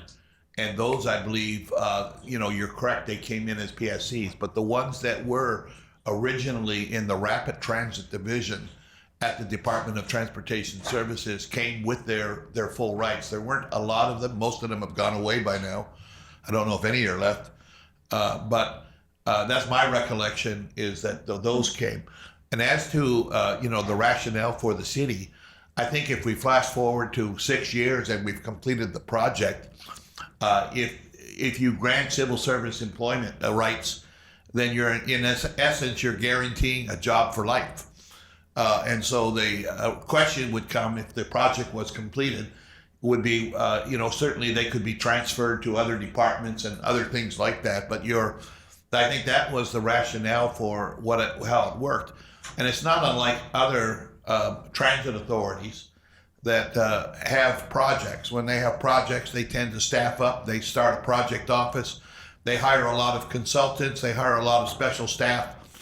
But as those projects are completed, they typically transition down. Again, in most transit authorities, the employees that are left are a small number of employees compared to when the project was an ongoing project. And they typically retain in a planning capacity or in some type of advanced planning capacity. But there isn't the need for the same number and type of employees when there is no project being developed. So that, I didn't believe, was the city. And I think in some ways it was misguided, maybe just misinformed, or maybe it was just simply the simplest path to take to make them all that way. Because clearly, even when the project is completed, there'll be a need for continuing advanced planning and for any system. But there may not be, as much design work going on. There won't be as much construction management going on. And so that's the rationale I think the city had in assuming that the HART position, that basically the assumption was that HART was a temporary construction authority. In Los Angeles, for example, when a new project is established, they actually establish an incorporated project entity with a separate board of directors. But they do that for each line they build. And when they're done, they are, in fact, disbanded. That's the nature of projects, rapid transit projects throughout the country. Well, I'll tell you what it says. It says in section 17-117, the mayor, this is what I was saying earlier, may transfer a civil service position existing on July 1, 2011. So that's the day HART basically began, within any department to the authority, if the position is necessary for the administration or operation of the authority or the performance of another duty or function assigned to the authority. The civil service employee holding a permanent appointment in a position that is to be transferred shall suffer no loss of vacation allowance, sick leave, service credits, retirement benefits, or other rights and privileges because of the transfer. This is the last sentence, though. Nothing in this section, however, shall be construed as preventing future changes in status pursuant to the civil service provisions of this chapter. So that's why I think early on I raised the question about the board makes a policy decision as to what we're going to do. That's why I think it's critical to get from Sandy the 30 PSCs. Let's just concentrate on them first, who are our existing employees. What is it? Where are they? And are they in positions that could normally or easily be absorbed by the city? Right. And then if they are, then this is something that I think we can look at. And the reason why I've always felt that this is a possibility is because of the fact that HART has moved so much into HDRs and basically consultants. Because, well, one, they can pay more. But because of that, I think that when we look at the PSCs, we probably are going to have people who can be more easily absorbed into civil service. But this is something that the board or this committee should consider and then move accordingly. But that's I agree. PSC is not the way to go, especially when we're talking about the future of Hart. Anybody else? So I think before we look at the policy implications and have the committee consider those kinds of things, I would like to see if we can dig out the history of it. If we can't, we cannot. But if you could, Sandy, if you and Lori could work with DHR to see if there's anything for us to understand, like how it happened, if there's any documentation, as well as an assessment of, just a general assessment of the 30 positions and whether they could be easily absorbed into the rest of the city and county workforce. The second thing, in terms of retaining employees, that I wanted to talk about is, we do find that it's really helpful to have Roger here, because a lot of times we're like, can we do this? And they're like, oh, no, cannot. And Roger's like, I did that, right? So I was wondering whether, Roger, you would be amenable to Sandy reaching out to your HR folks and establishing kind of a more working level relationship, so that when we try to do things that are a little bit outside the box, that we have kind of a template of how somebody was successfully doing something outside the box. I think that this committee, or even at the board, we've been surprised a lot of times by how well you've been able to negotiate and maneuver the system, right? And so I'd like to ask your approval to have our folks like interface with your folks and just kind of be like, well, we wanted to try to do this, or we wanted to try to pay a bonus, or we wanted to try to pay whatever it is, and see if we can come up with some additional innovative ways to do things on behalf of our employees. Is that okay with you? It's okay with me. Everything we do is in accord with the Department of Human Resources, obviously, and there are processes there that aren't typically used for most positions. They are for certain things. Medical examiners are those types of positions. So there are precedents. They largely were done in the previous administration. They weren't done in the current administration.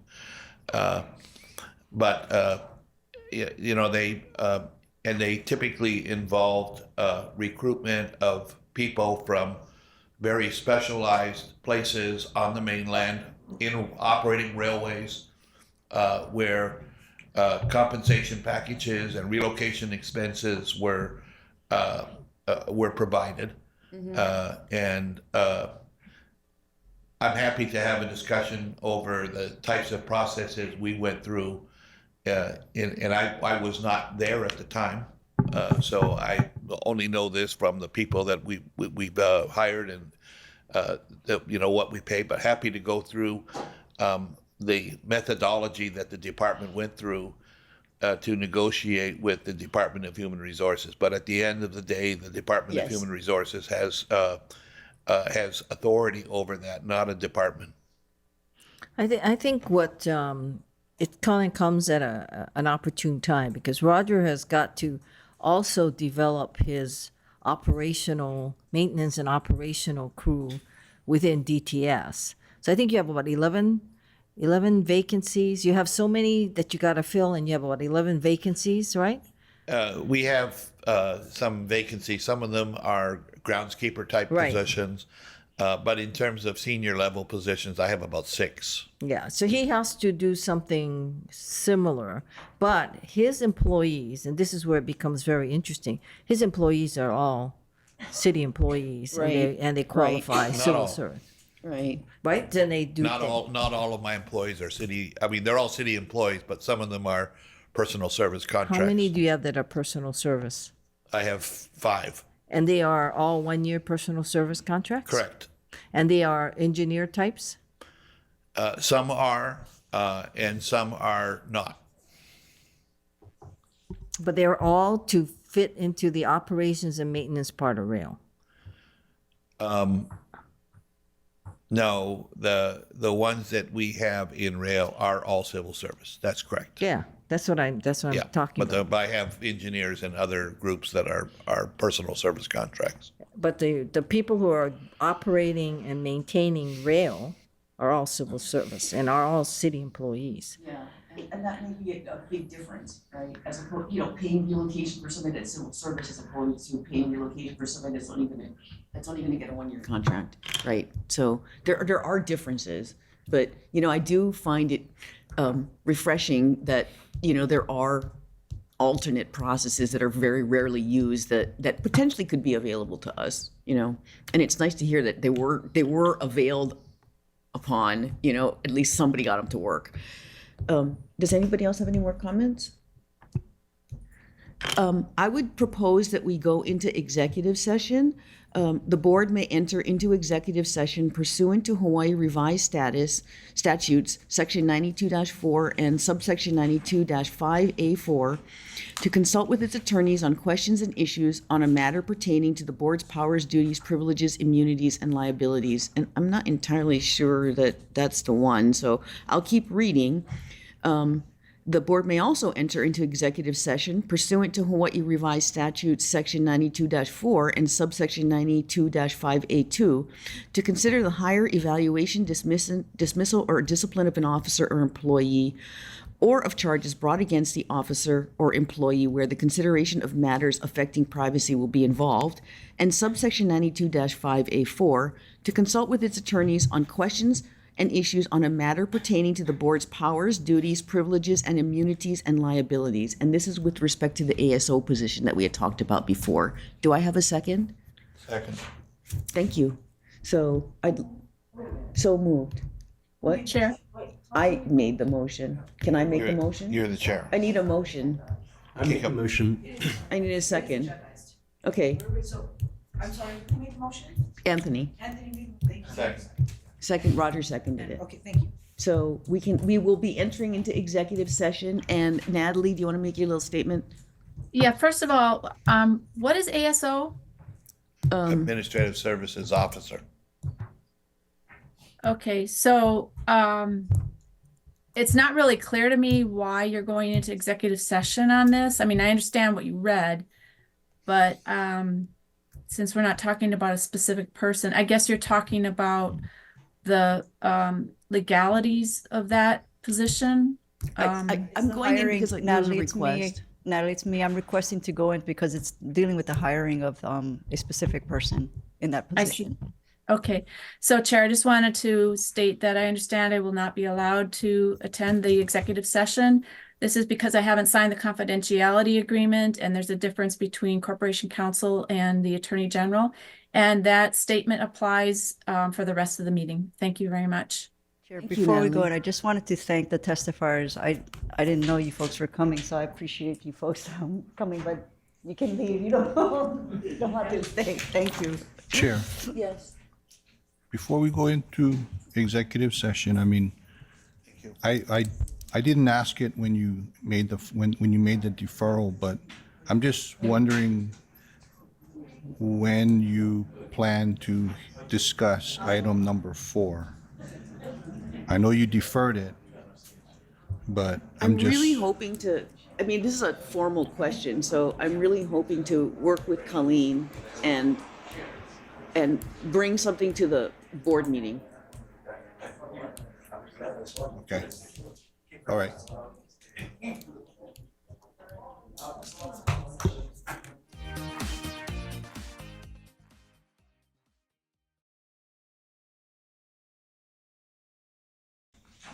Hi, we're back, and we're out of executive session, and I would like to summarize. What happened in the executive session. Ms. Kahikina discussed the candidate for the ASO position, as well as what her plans are. And the board was appreciative of the discussion, and then we exited executive session. So let's move on. I guess we have to, Well, it's you, Lori. So item number 5, succession planning. Yes, so I understand the two main concerns that the board asked me to talk about today was my deputy director and the deputy project director. So from day one, Rick always said he was only going to be here 12 months to 18 months. We are way past that deadline. Earlier this year, he said he wanted to retire in June, but then Nate's unexpected departure kind of threw a wrinkle in that. So he said that he will stay on longer.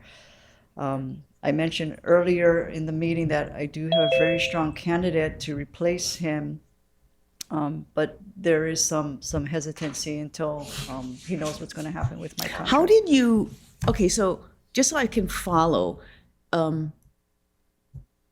you had been recruiting for his position prior to Nate's departure because you thought he was going to retire in June. Yes. So you had an open vacancy. Well, we didn't post for it. I just started reaching out to people that I thought would be a good candidate, and he was very interested. And then How do you,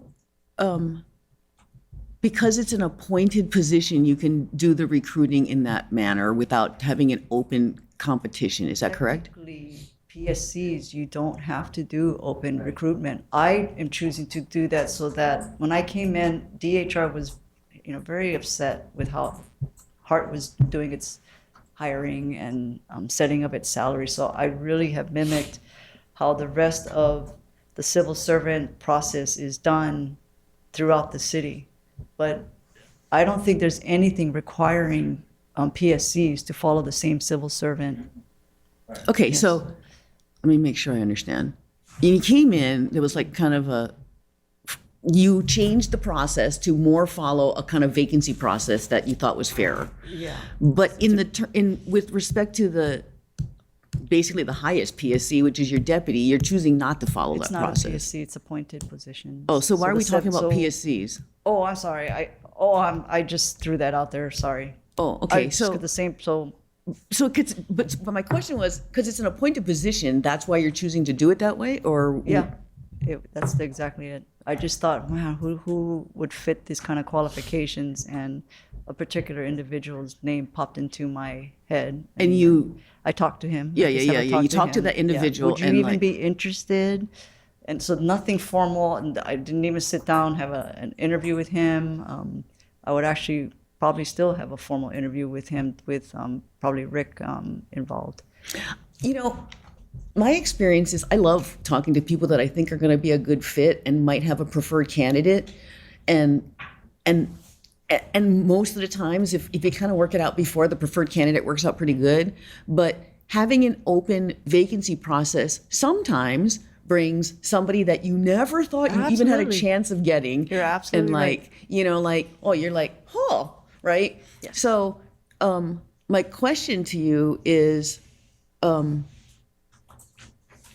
now that you're kind of in this position, would you consider putting out a vacancy for that?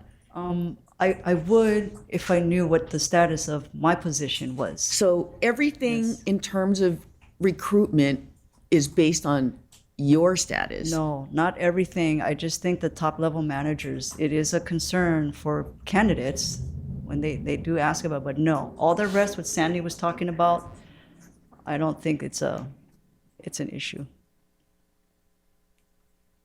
But I would think the deputy director, the one who's going to be reporting directly it's to the me, executive would be- director's deputy, and generally, I would prefer that the leader chooses who their deputy is. Absolutely, that's the point. Generally, I would prefer that. Yes. Right.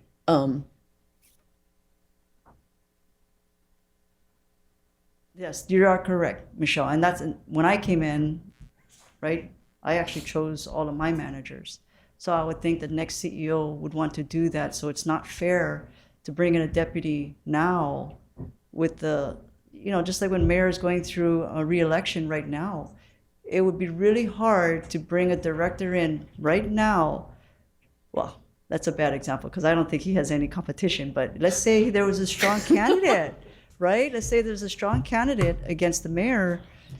It would not be right you could ask, You could ask if somebody wants to come in and be the director for 8 months with the idea that you might not be the next director when the new mayor comes in because he's going to pick his own cabinet. Well, while at the same time, you could end up cornering yourself because your good candidate found another job in the meantime, and now you got nobody. Yep.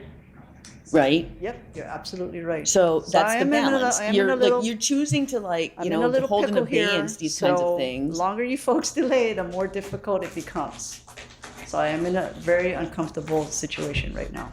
That's interesting because I really hadn't heard of this kind of issue before today, really. So Really? So yeah. You're not- none I of mean, the it's kind of folks like. that I mean, I'll be done- really honest. It's kind of like Trump. It's like somebody said everybody's saying, and I'm like, well, bring them freaking forward, right? So anyway, yes. I just came back from an industry conference, and Lori wasn't there, but she was fairly prominent in the conversations that people Really? came. They reached me out saying, hey, how's Lori doing? What's going on with her? So this is a small industry. There's only 30 rail transit systems around the country, and it's a very incestuous industry. And generally, people that are candidates for top jobs in this industry know what's going on at the other 30 places. Right. So there's a lot of attention right now on Honolulu. You mean people wanting to poach Lori? No, I think that most of it is, most of the people that are in transit want to have good transit everywhere, and they're vested in it. They've been doing it for 30 or 40 years, and they just genuinely are interested. Some of them are in admittedly, some of them are in the consulting business, or they have a vested interest in some type of benefit, whether it's a contract or whatever. But nonetheless, it is not like a typical industry where there are hundreds of firms or hundreds of things. It's a very small industry. So I totally understand what you're saying, Lori, about the difficulty of recruiting for a deputy, because there's an interest in what who they're going to be working with. Yeah. And for that matter, there are only two companies essentially that specialize in headhunting for those sorts of positions anyway, right? Greg Moser is one, and there's probably another one. I can't. Some of them have retired.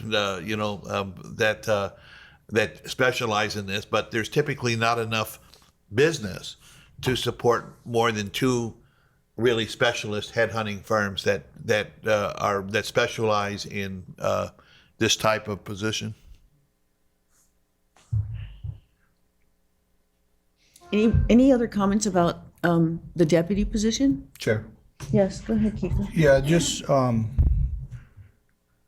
so just before we I guess took a break, I had asked about item number 5, and I believe it is related to this because the discussion of our ability to bring in key positions is the item of discussion. But I asked the question, when are we going to take up item number 4? I guess that was deferred earlier in this agenda. So I just want to express, my concern that we've deferred this issue, I think, the last several months, and the longer we delay in deciding on the CEO's contract, the further down the road we get, the more difficult it's going to become. And I'm sure it's going to eventually, if it hasn't already, have an impact on the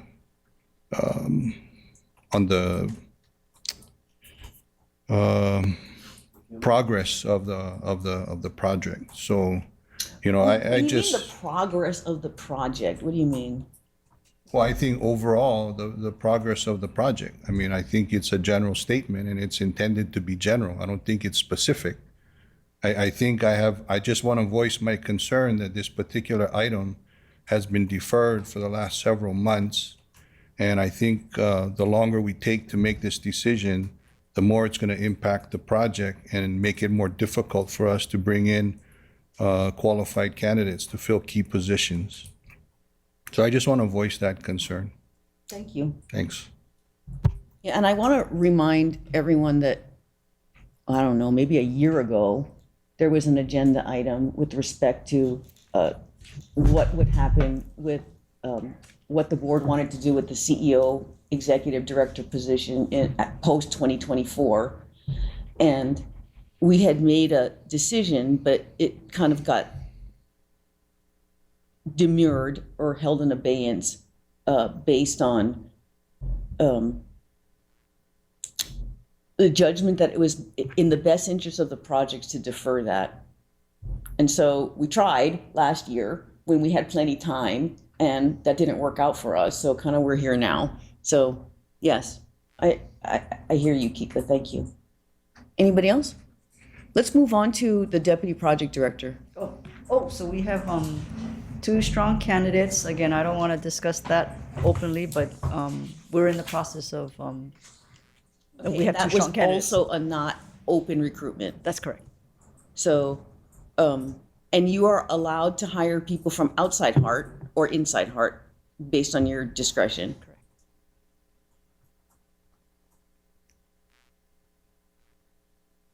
But the director of finance position, for example, and the ASO position, I mean, I'm kind of trying to figure out some of them aren't really direct reports though, right? So, That would be the PSCs. Oh, but the director of finance would be excluded management, not a PSC. Yeah. And not appointed? Yeah. Gosh, I think it is an appointed. I don't think it's a PSC.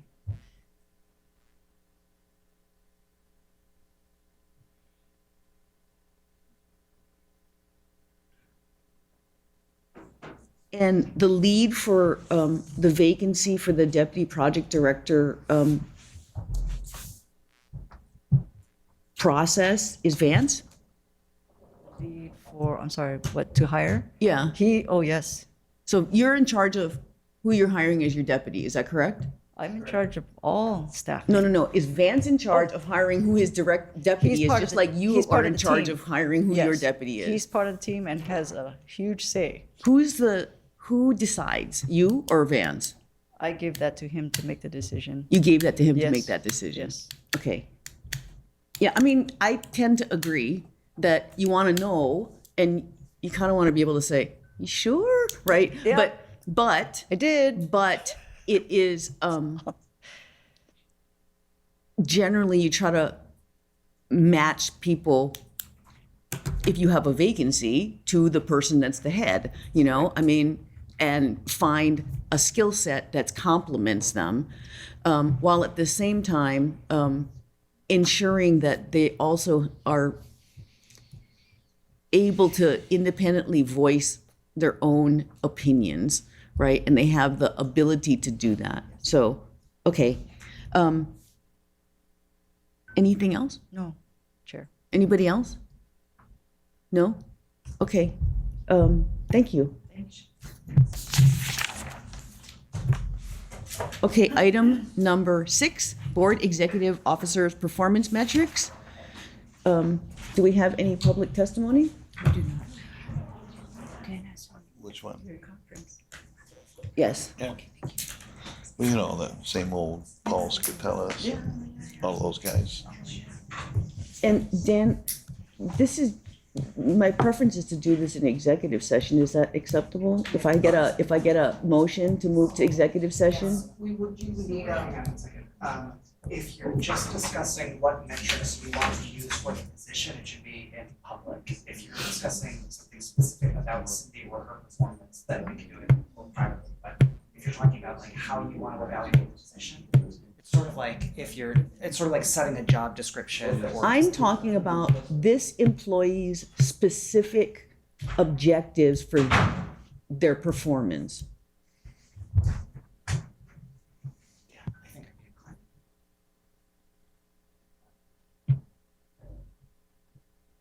because it's about the position, it's not specific to. No, but it's specific to her. I give each employee objectives that are specific to them, not like a generic set of them for anybody. Like if you got a really high level employee in a position that can do everything, I'm going to give them really hard objectives. If I got a beginner person, I'm going to give them beginner objectives with stretch objectives. So it really is personal dependent on what objectives I'm going to give to that person. I'm not sure how her privacy. We are. We are live at the moment, right? We are live, yes. Yeah, we're just discussing, you know, whether whether an executive session is warranted or not for this topic. So I just need counsel on that. Can we step out and you can tell me Yes. what exactly you have in mind and then I can.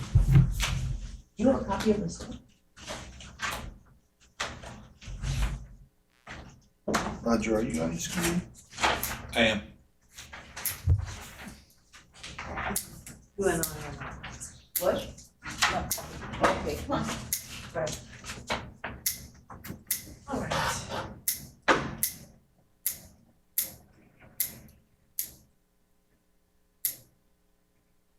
So, Thursday, 16th, try to find out who they are. Need to find out about who. Okay. He'll come to my place if you want. Well, I was going to say maybe, I was going to ask Laurie. Because Either way. I'll ask Laurie what that's. I mean, I can come over here just as easily too, so if you, wherever you get. But if you're, yeah, you wanna, no, I can get our nice conference. Well, I'll check. What would, yeah, what would really be, this is for, you're talking about these are extension, that's the pig you're talking about, right? And at this point, it's basically just getting information about some of the concepts. Yes. Which have all been looked at in the past. Yeah. Sorry, Kiko, I was gonna say the JCK underground tunneling people, they just said confirm Thursday the 16th, 10 till noon. If that works for you. What date? Thursday 16th. Thursday 16th, 10 to noon. That was the only time you gave me. I gave you 2 times. But yeah, but the other one didn't work. Yeah. I 10 to noon. The main of my existence is too many things, too many calendar. Right. I will likely be on Maui. I mean, at this point, it's just What's the name of the company? JCK Underground. They're the people who did the Kaneohe Kailua tunnel. Can you email that to Natalie? So this is gonna be open session. We're gonna try. I mean, like, you know, it's kind of like because the position works for the board as opposed to all the other employees that don't, that, you know, we don't really have,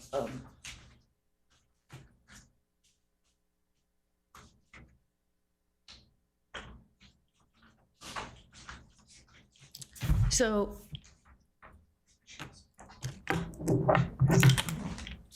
the board executive officer works directly for the board. And what we need to do is establish performance goals for the remainder of the year. And they're a fiscal year. Well, that's a discussion. We need to talk about the dates, and then we need to talk about the, you know, general items. And I want to have one catch-all item for ad hoc duties as required kind of thing. But in terms of the dates, the reason why I thought, hey, from now until the end of the calendar year is because at the end, if we do the assessment at the end of the calendar year, because it's a PSC, then what we can do is it will inform whether the PSC contract will be renewed. And that's why it ends a calendar year, because you finish the calendar year, you do the assessment in, say, January or so, and then in the February, March, April, May, June timeframe, that's when you decide whether another contract will be extended. And so you have the performance assessment to inform now, you know, the heart doesn't do this way, but this is my suggestion. And we can push that out. Maybe we could say, oh, it's March or whatever it is. But I skewed it off from the contract dates so that before you have to make the decision about the next PSC contract, you're informed by a performance assessment.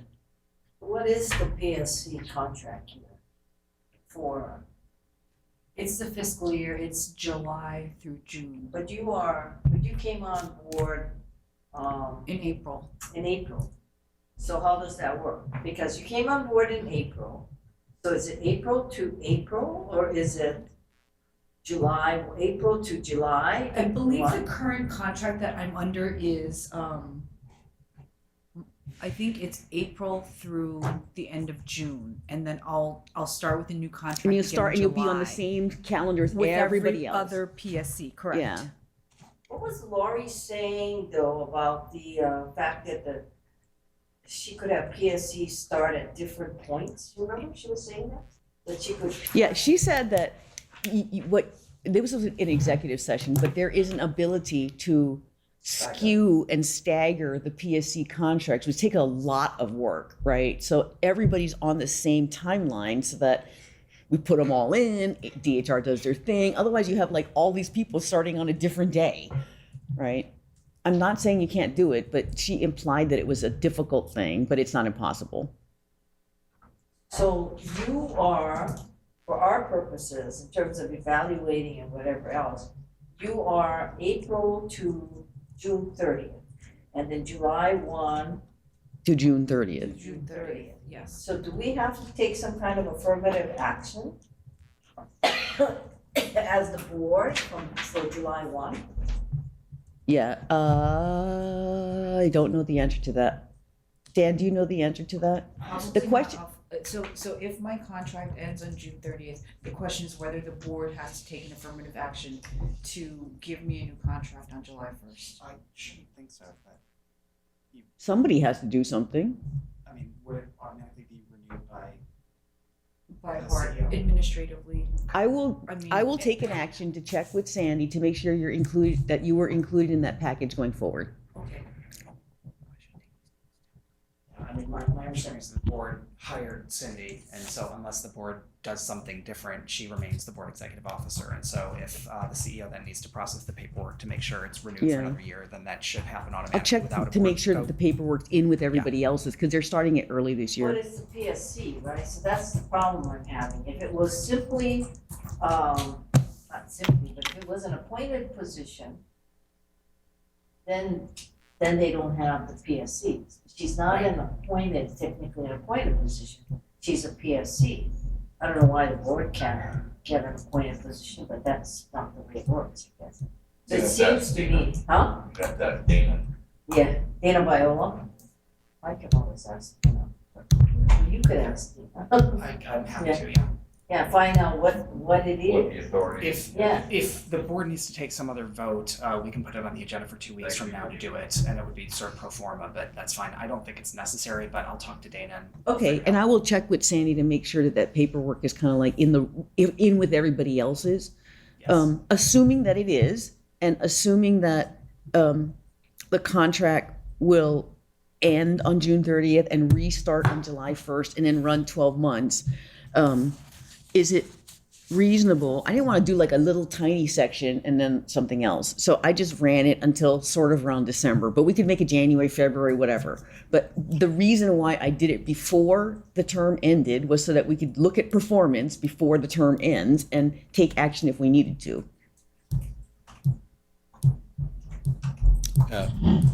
My secretary is an appointed position, as are all the secretaries and deputy secretaries in the city. So when they're appointed, they're not on 1-year PSCs. They, in essence, they're at-will employees at the discretion of the mayor.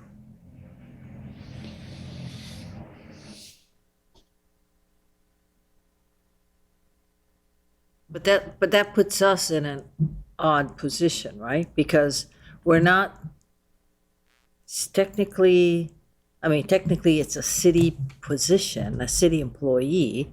So would that make it so that we would go to the mayor and ask the mayor that she would be at will to the mayor? No, I didn't mean necessarily that. I just wanted to make the comment that that administrative support employees at the top levels are not PSCs and technically are not civil servants either. They are appointed officials.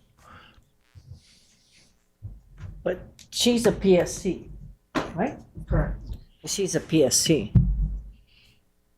Which means it has to go through this whole thing again. Correct, Dad?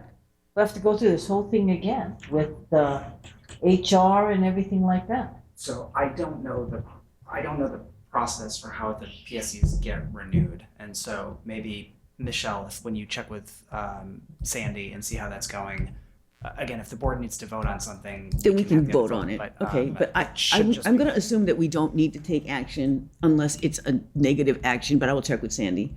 And were you going to check about how appointed officials for secretary positions work? Was that something that you had mentioned? No, I mean, my understanding is the same as Roger, is that for directors and deputy directors, like their individual secretaries are appointed. Right. But this is a different. Okay, Colleen, did you have did you want to issue an action about that, about the appointee ability to be an appointee thing? Well, that's what I think. I've asked Dan to go check with Dana, right? Whether or not we can do that. Okay. So we'll check with Dana Okay. as to what that is. All Wait, right, But well- wait a minute, Cindy, how did you do it in the past? Was it every year you were renewed? I was renewed every year. I see, every year. Did you have performance objectives? I did not. You did not We- have we performance did not- objectives. Hart did not have the practice of annual evaluations. Hart does not have the practice of annual Right. evaluations. But yet people's jobs are at risk every year based on assuming their performance, but you don't measure what their performance is. That's a little disconcerting. So anyway, I'm going to do it the way I think is right. Does anybody have any comments about the term besides what we heard? Because I think we can run it through the renewal. And should we make it a little bit past December, or is December pretty good? I just picked something. It's easy to remember calendar years, that's why. We good? Until, we could try a different date next time if it don't work. This is just for this year. Okay. So in front of the board members, and Natalie, do you have it? Was it emailed to you? Yes, she's smiling. Yes, I have it. Thank you. Okay, so the first performance objective was evaluate board support function and hire board staff. This is basically like we have to fill the position that's under Cindy, and she's required. She needs to go do that. She needs to get some help because it's. I think previously it was a 3-person office. Is that correct? Yeah. Yeah. It was 3. It was 3-person office, and now it's a 2-person office, and we're gonna hire the second person and see how it goes, and then we can make a decision. So right now it's a 1-person office. So your first objective, and I don't think this is in any priority order, but your first objective is to, take an assessment of what your office is, and then write up a vacancy notice, and then hire somebody. Now, apparently, we don't have to put out vacancies. So if you prefer, we can discuss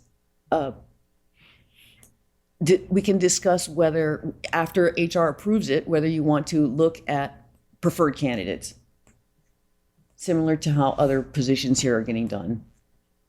I'm not sure if that's the case. When we were discussing not having open recruitments, I believe that was just for appointed positions. So positions on the board staff would be PSCs, which are then subject to open recruitments, I believe. Okay. Yeah. So yeah, If just so we're clear on that. Okay. Yeah, if I can, I think what Lori said was that it's not necessary to have open recruitment, but as a practice, she does have.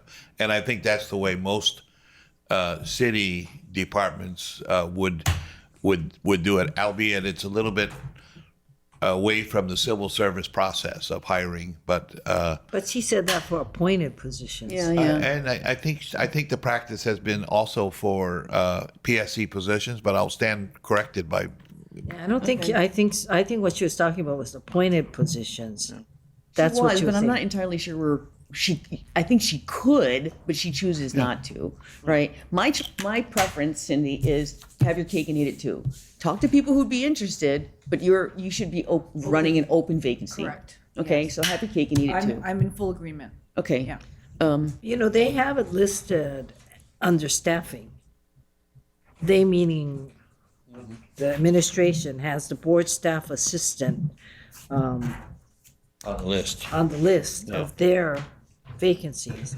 And they have you, Cindy, on the list as candidate selected, which I think is kind of interesting as to how they're doing this. But it's pending board staff assistant, according to them, is pending Hart board action. This is in the monthly progress report. Right, in the monthly progress, and I think it's also on the vacancy listing that they create for us, Right. which they didn't give you this month. So just like any other leader in Hart or manager, you need to work with Hart HR, look at the vacancy, redo the vacancy, get it regraded if you need to by DHR, and then like put it out while at the same time talking to people who you think might be appropriate for the position that might want to apply. Does that make sense? Just run it like normal, and you are the lead Hart manager for the position. I don't think it's that much different than if some lower level manager hires somebody, but let's just work with Sandy and make sure that that's the case. The second one was clean up board of directors record and official documents promulgated during the executive officer, I'll change the wording, the executive officer absence, to ensure compliance with sunshine law, other applicable laws and regulations, and the board rules and policies. This would include things like if minutes are missing, we have to regenerate them based on the video and stuff, and like a whole bunch of things. So this is a pretty big ticket item in my mind. Yes. In terms of going back through the historical record and ensuring that we're complying with sunshine law and all of those other things. And I think that it's an important item. Are records routinely put into a SharePoint or a unifier system Right, yeah, they are. Or they're put online on the website. or online, So, right? Yeah, that's for transparency. So, I know that there are areas where, that maybe things weren't done or, things are missing. And so I have to go through everything and just ensure compliance. Okay. Any comments? No? I mean, we can tweak wording or whatever, just okay. The third thing is assist the board in identifying and prioritizing goals for the coming year. We've never done that. I know. So and of course this would be with with the board's concurrence. But as I've been having conversations with various board members over the past couple of weeks since I've been back, it has occurred to me that perhaps this would be a good idea to for the board to set goals and priorities each year so that all members are on the same page. Because I know that with the sunshine law restrictions, members can only communicate in certain ways, right? And that well-meaning board members are they have their own areas of interest and they are doing things on behalf of Hart, which are so very helpful, but it would also be helpful to get everybody aligned. So this is one of the initiatives that I hope to put in place with the board's concurrence. I like that one. Colleen, you okay with that one? Mm-hmm. I'd like to add, what I would love would be kind of like a little card with an elevator speech with the main policy points that the board gets kind of like feels comfortable with, and we can all kind of carry that around of like what we have agreed to and what we're working on and what we think. So there's this like kind of like elevator speech. If I have Pete Buttigieg like in the elevator for 5 seconds, I know to like rattle off these 5 things. And so Colleen, you guys do that all the time in your business. So I would like to add that kind of thing on there of the major policy points that we would like to try to make to, if anybody asks us, what are you working on? What is the position on this? That nobody just makes something up. We have a position on something, or we come back to the board on policy questions and talk about it. Well, it should be, if you're gonna do, I think it's a good idea to do that, but I think, because remember now, the board has to say, this is our position, or you're Right. not supposed to go around Right. telling people that, including administration. They're not Right. supposed to take anything and say whatever they wanna say either. Because we Right. passed that rule, yeah. Yeah, okay.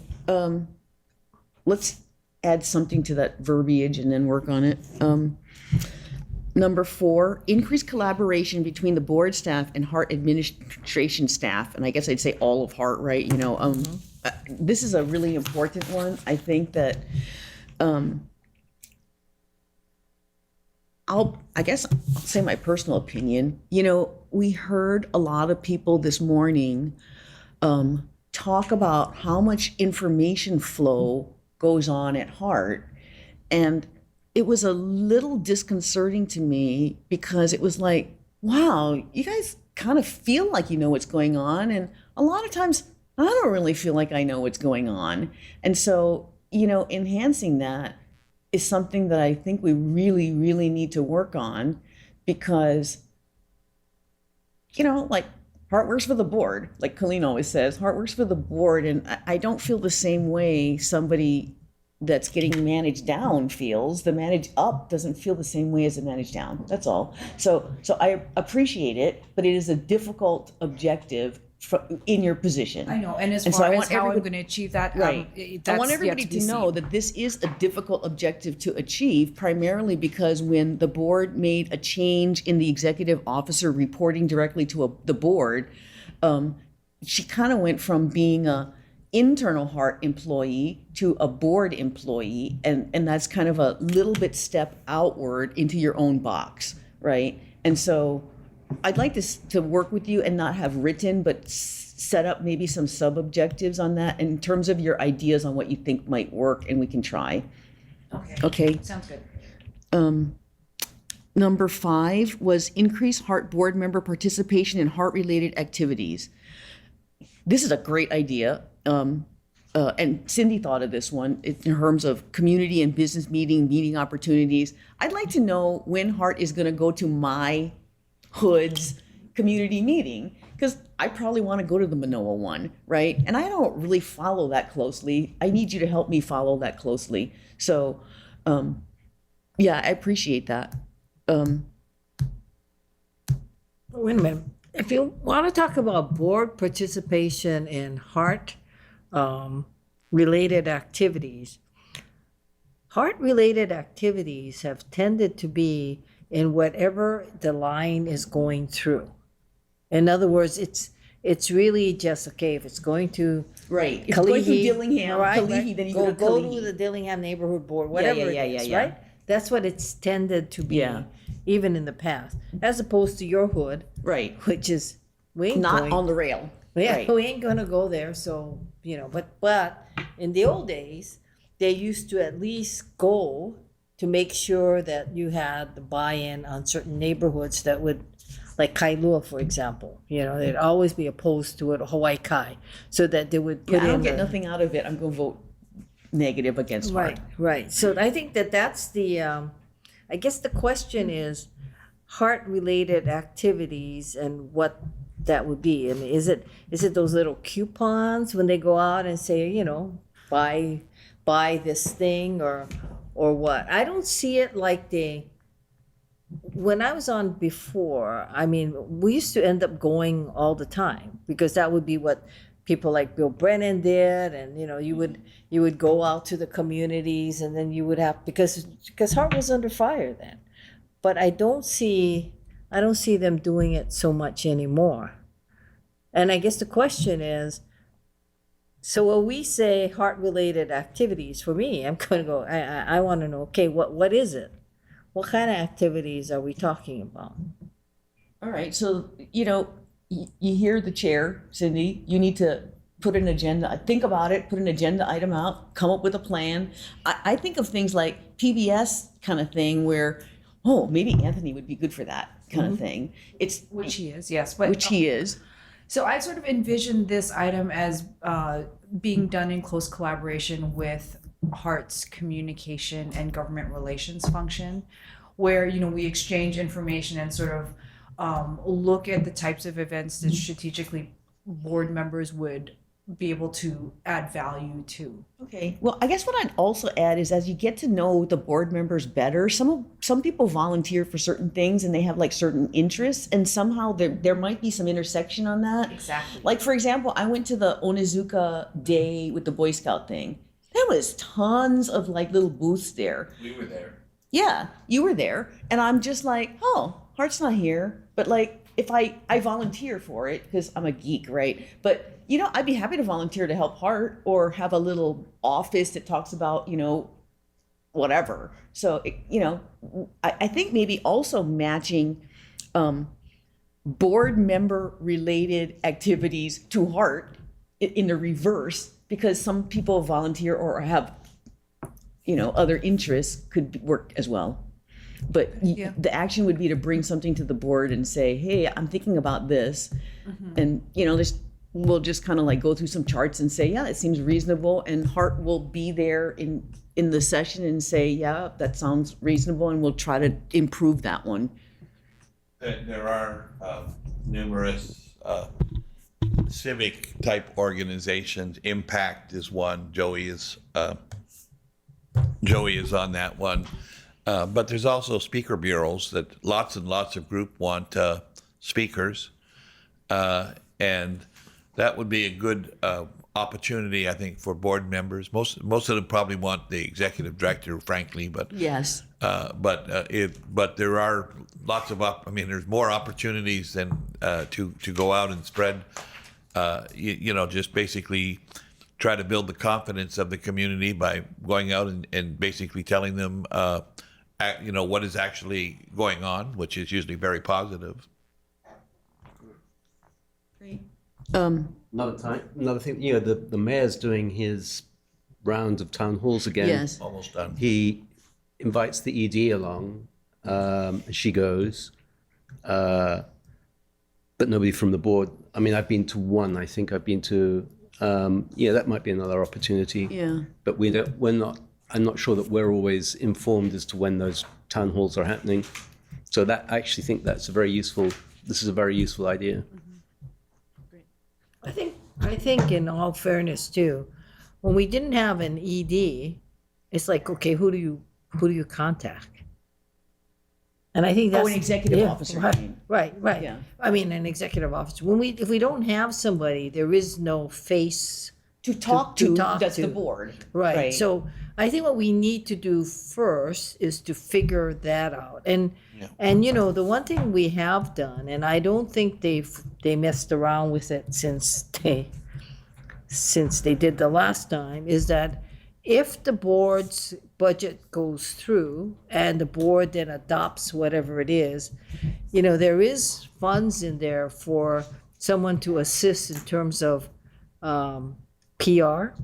Plus we have consultants in there. Plus we have travel for board members who are willing to do that. And I think it's necessary for the board to start to develop the face. And that's what we need to do, is that we need to do that because the bottom line is it's the board who sets the policy, and it's the board who really should be saying what the board's policy is and what is the future, for example, of Hart and so forth. You know, it's almost like administration versus legislative. You know, when you're in the legislature or even the Congress, right? You set the policy, and that's what governs, and everybody else sort of implements. So I think that's critical in terms of how we start to view Hart and how we start to view the role of the board. But it is, unfortunately, it is a lot of work, and it's it's a lot of work. You do it out of love because you don't get paid for it and you don't even think about it. But in addition to that, you also, you know, the people treat you like you're a regular employee, and you're not the same thing. But that comes with the territory. So. Well, I think some of these expanded duties from the executive office that we had before, especially in terms of policy, and responsibilities with, reviewing, helping us identify, and then documenting, the board's policies is going to be like really important. I would suggest one that says run board day-to-day operations and committee and board meetings. Committee, board meetings, and pigs, I guess. And that's just kind of you just got to do the day-to-day work of the board, and we can work on the wording of it. Is that more appropriate for the position description instead? Because I think that function is already included in the position description, Yeah. as opposed to a performance goal. Let's talk about that. Okay. Okay, and then I would also add one that says other ad hoc duties as required, because it's a catch-all kind of thing where, there's a lot of things that we say, we need you to do this, and we reprioritize something, and we need to have one of those catch-all categories. Does anybody have any other suggestions? Because this is just kind of a first stab at it. We give it a go and see how it goes? Yeah, give it a go, see how it goes. Maybe Cindy can take these thoughts, put it into some form. Right, and then then her and I will sit down, agree to it, lock it in, and then what I will do is I will call for board comments on performance, like, sort of similar to the executive director process. We will collate the comments. We will create a performance evaluation narrative. We will run it by the HR committee that will forward it on to the board of directors in order to give it to the employee. Sound reasonable? Yeah, and I think because Cindy isn't exactly brand new to this whole process, we should get the benefit of what she knows and what has happened in the past. So I think what we should get from her as well is some sort of statement as to how she views what this job entails, what she views the challenges that this job is going to entail. Like, I think, and you alluded to it, the collaboration between the board staff and the Hart administration staff, I'm not sure how that's going to go, primarily because the staff is so small now, and it really depends on what they do. So I think we need to get a fair assessment of what she feels. I hate to say this because she's in the back, but and my back is talking to her. But it's like, okay, what is it? What is it now that you've got this position, and it's almost like a blank page? What do you think this position should do? I think we should find out, because she's done it before, how you think it should be, what was good about the way it was before, what wasn't good about the way it was before, and then that should be part of what we put into this process. Because and that kind of follows on with, documented procedures on how to run stuff correctly that are repeatable, and writing them down so that if somebody gets run over by a bus, that like at least somebody else can pick it up and go, oh, this is how we do it, right? That's a lot of work. And as you train your new board staff member, it's probably a good idea for that member to start documenting some of this stuff and what those are, because they're learning, you're explaining, write it down, right? But Colleen brought up a different point, which was also what do you feel are really the challenges in this position and the responsibilities, and we should talk about that as well.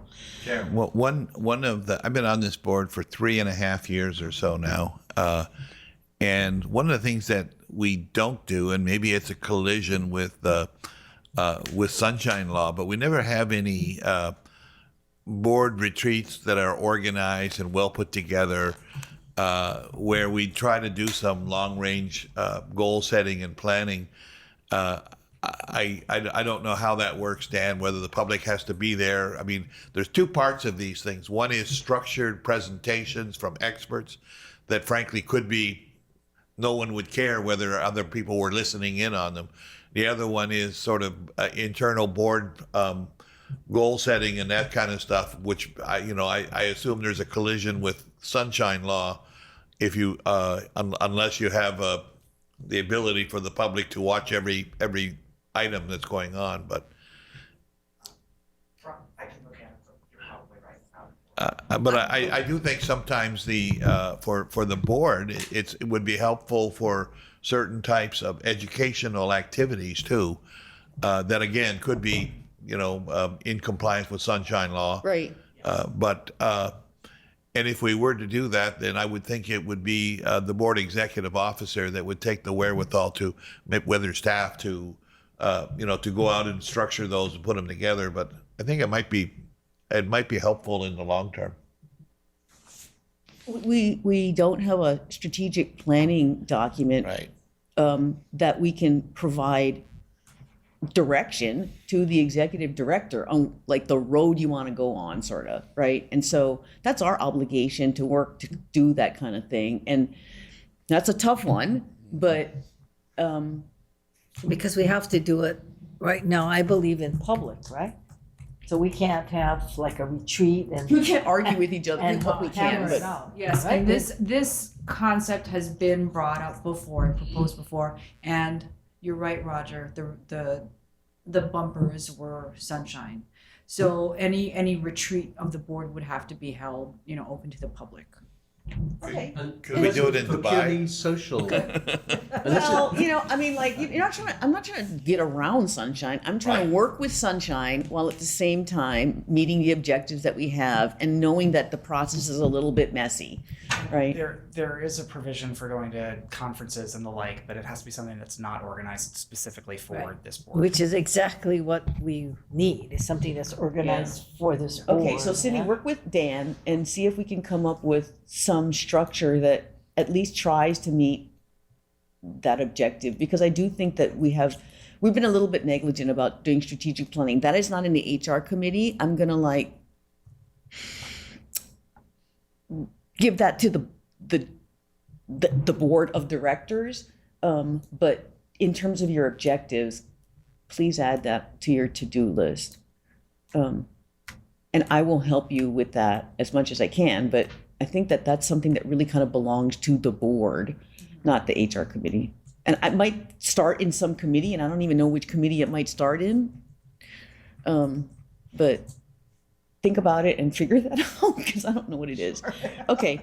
Kika, you have any comments? I kind of wanted to use this as an example for HART people to see, because you said they don't really have objectives, how you would do objectives. It doesn't have to be perfect. You're trying to set objectives for an employee, and then you're going to talk to the employee about sub objectives, and then you're going to measure the objectives, and then you're going to provide a performance assessment. So we're trying to be an example.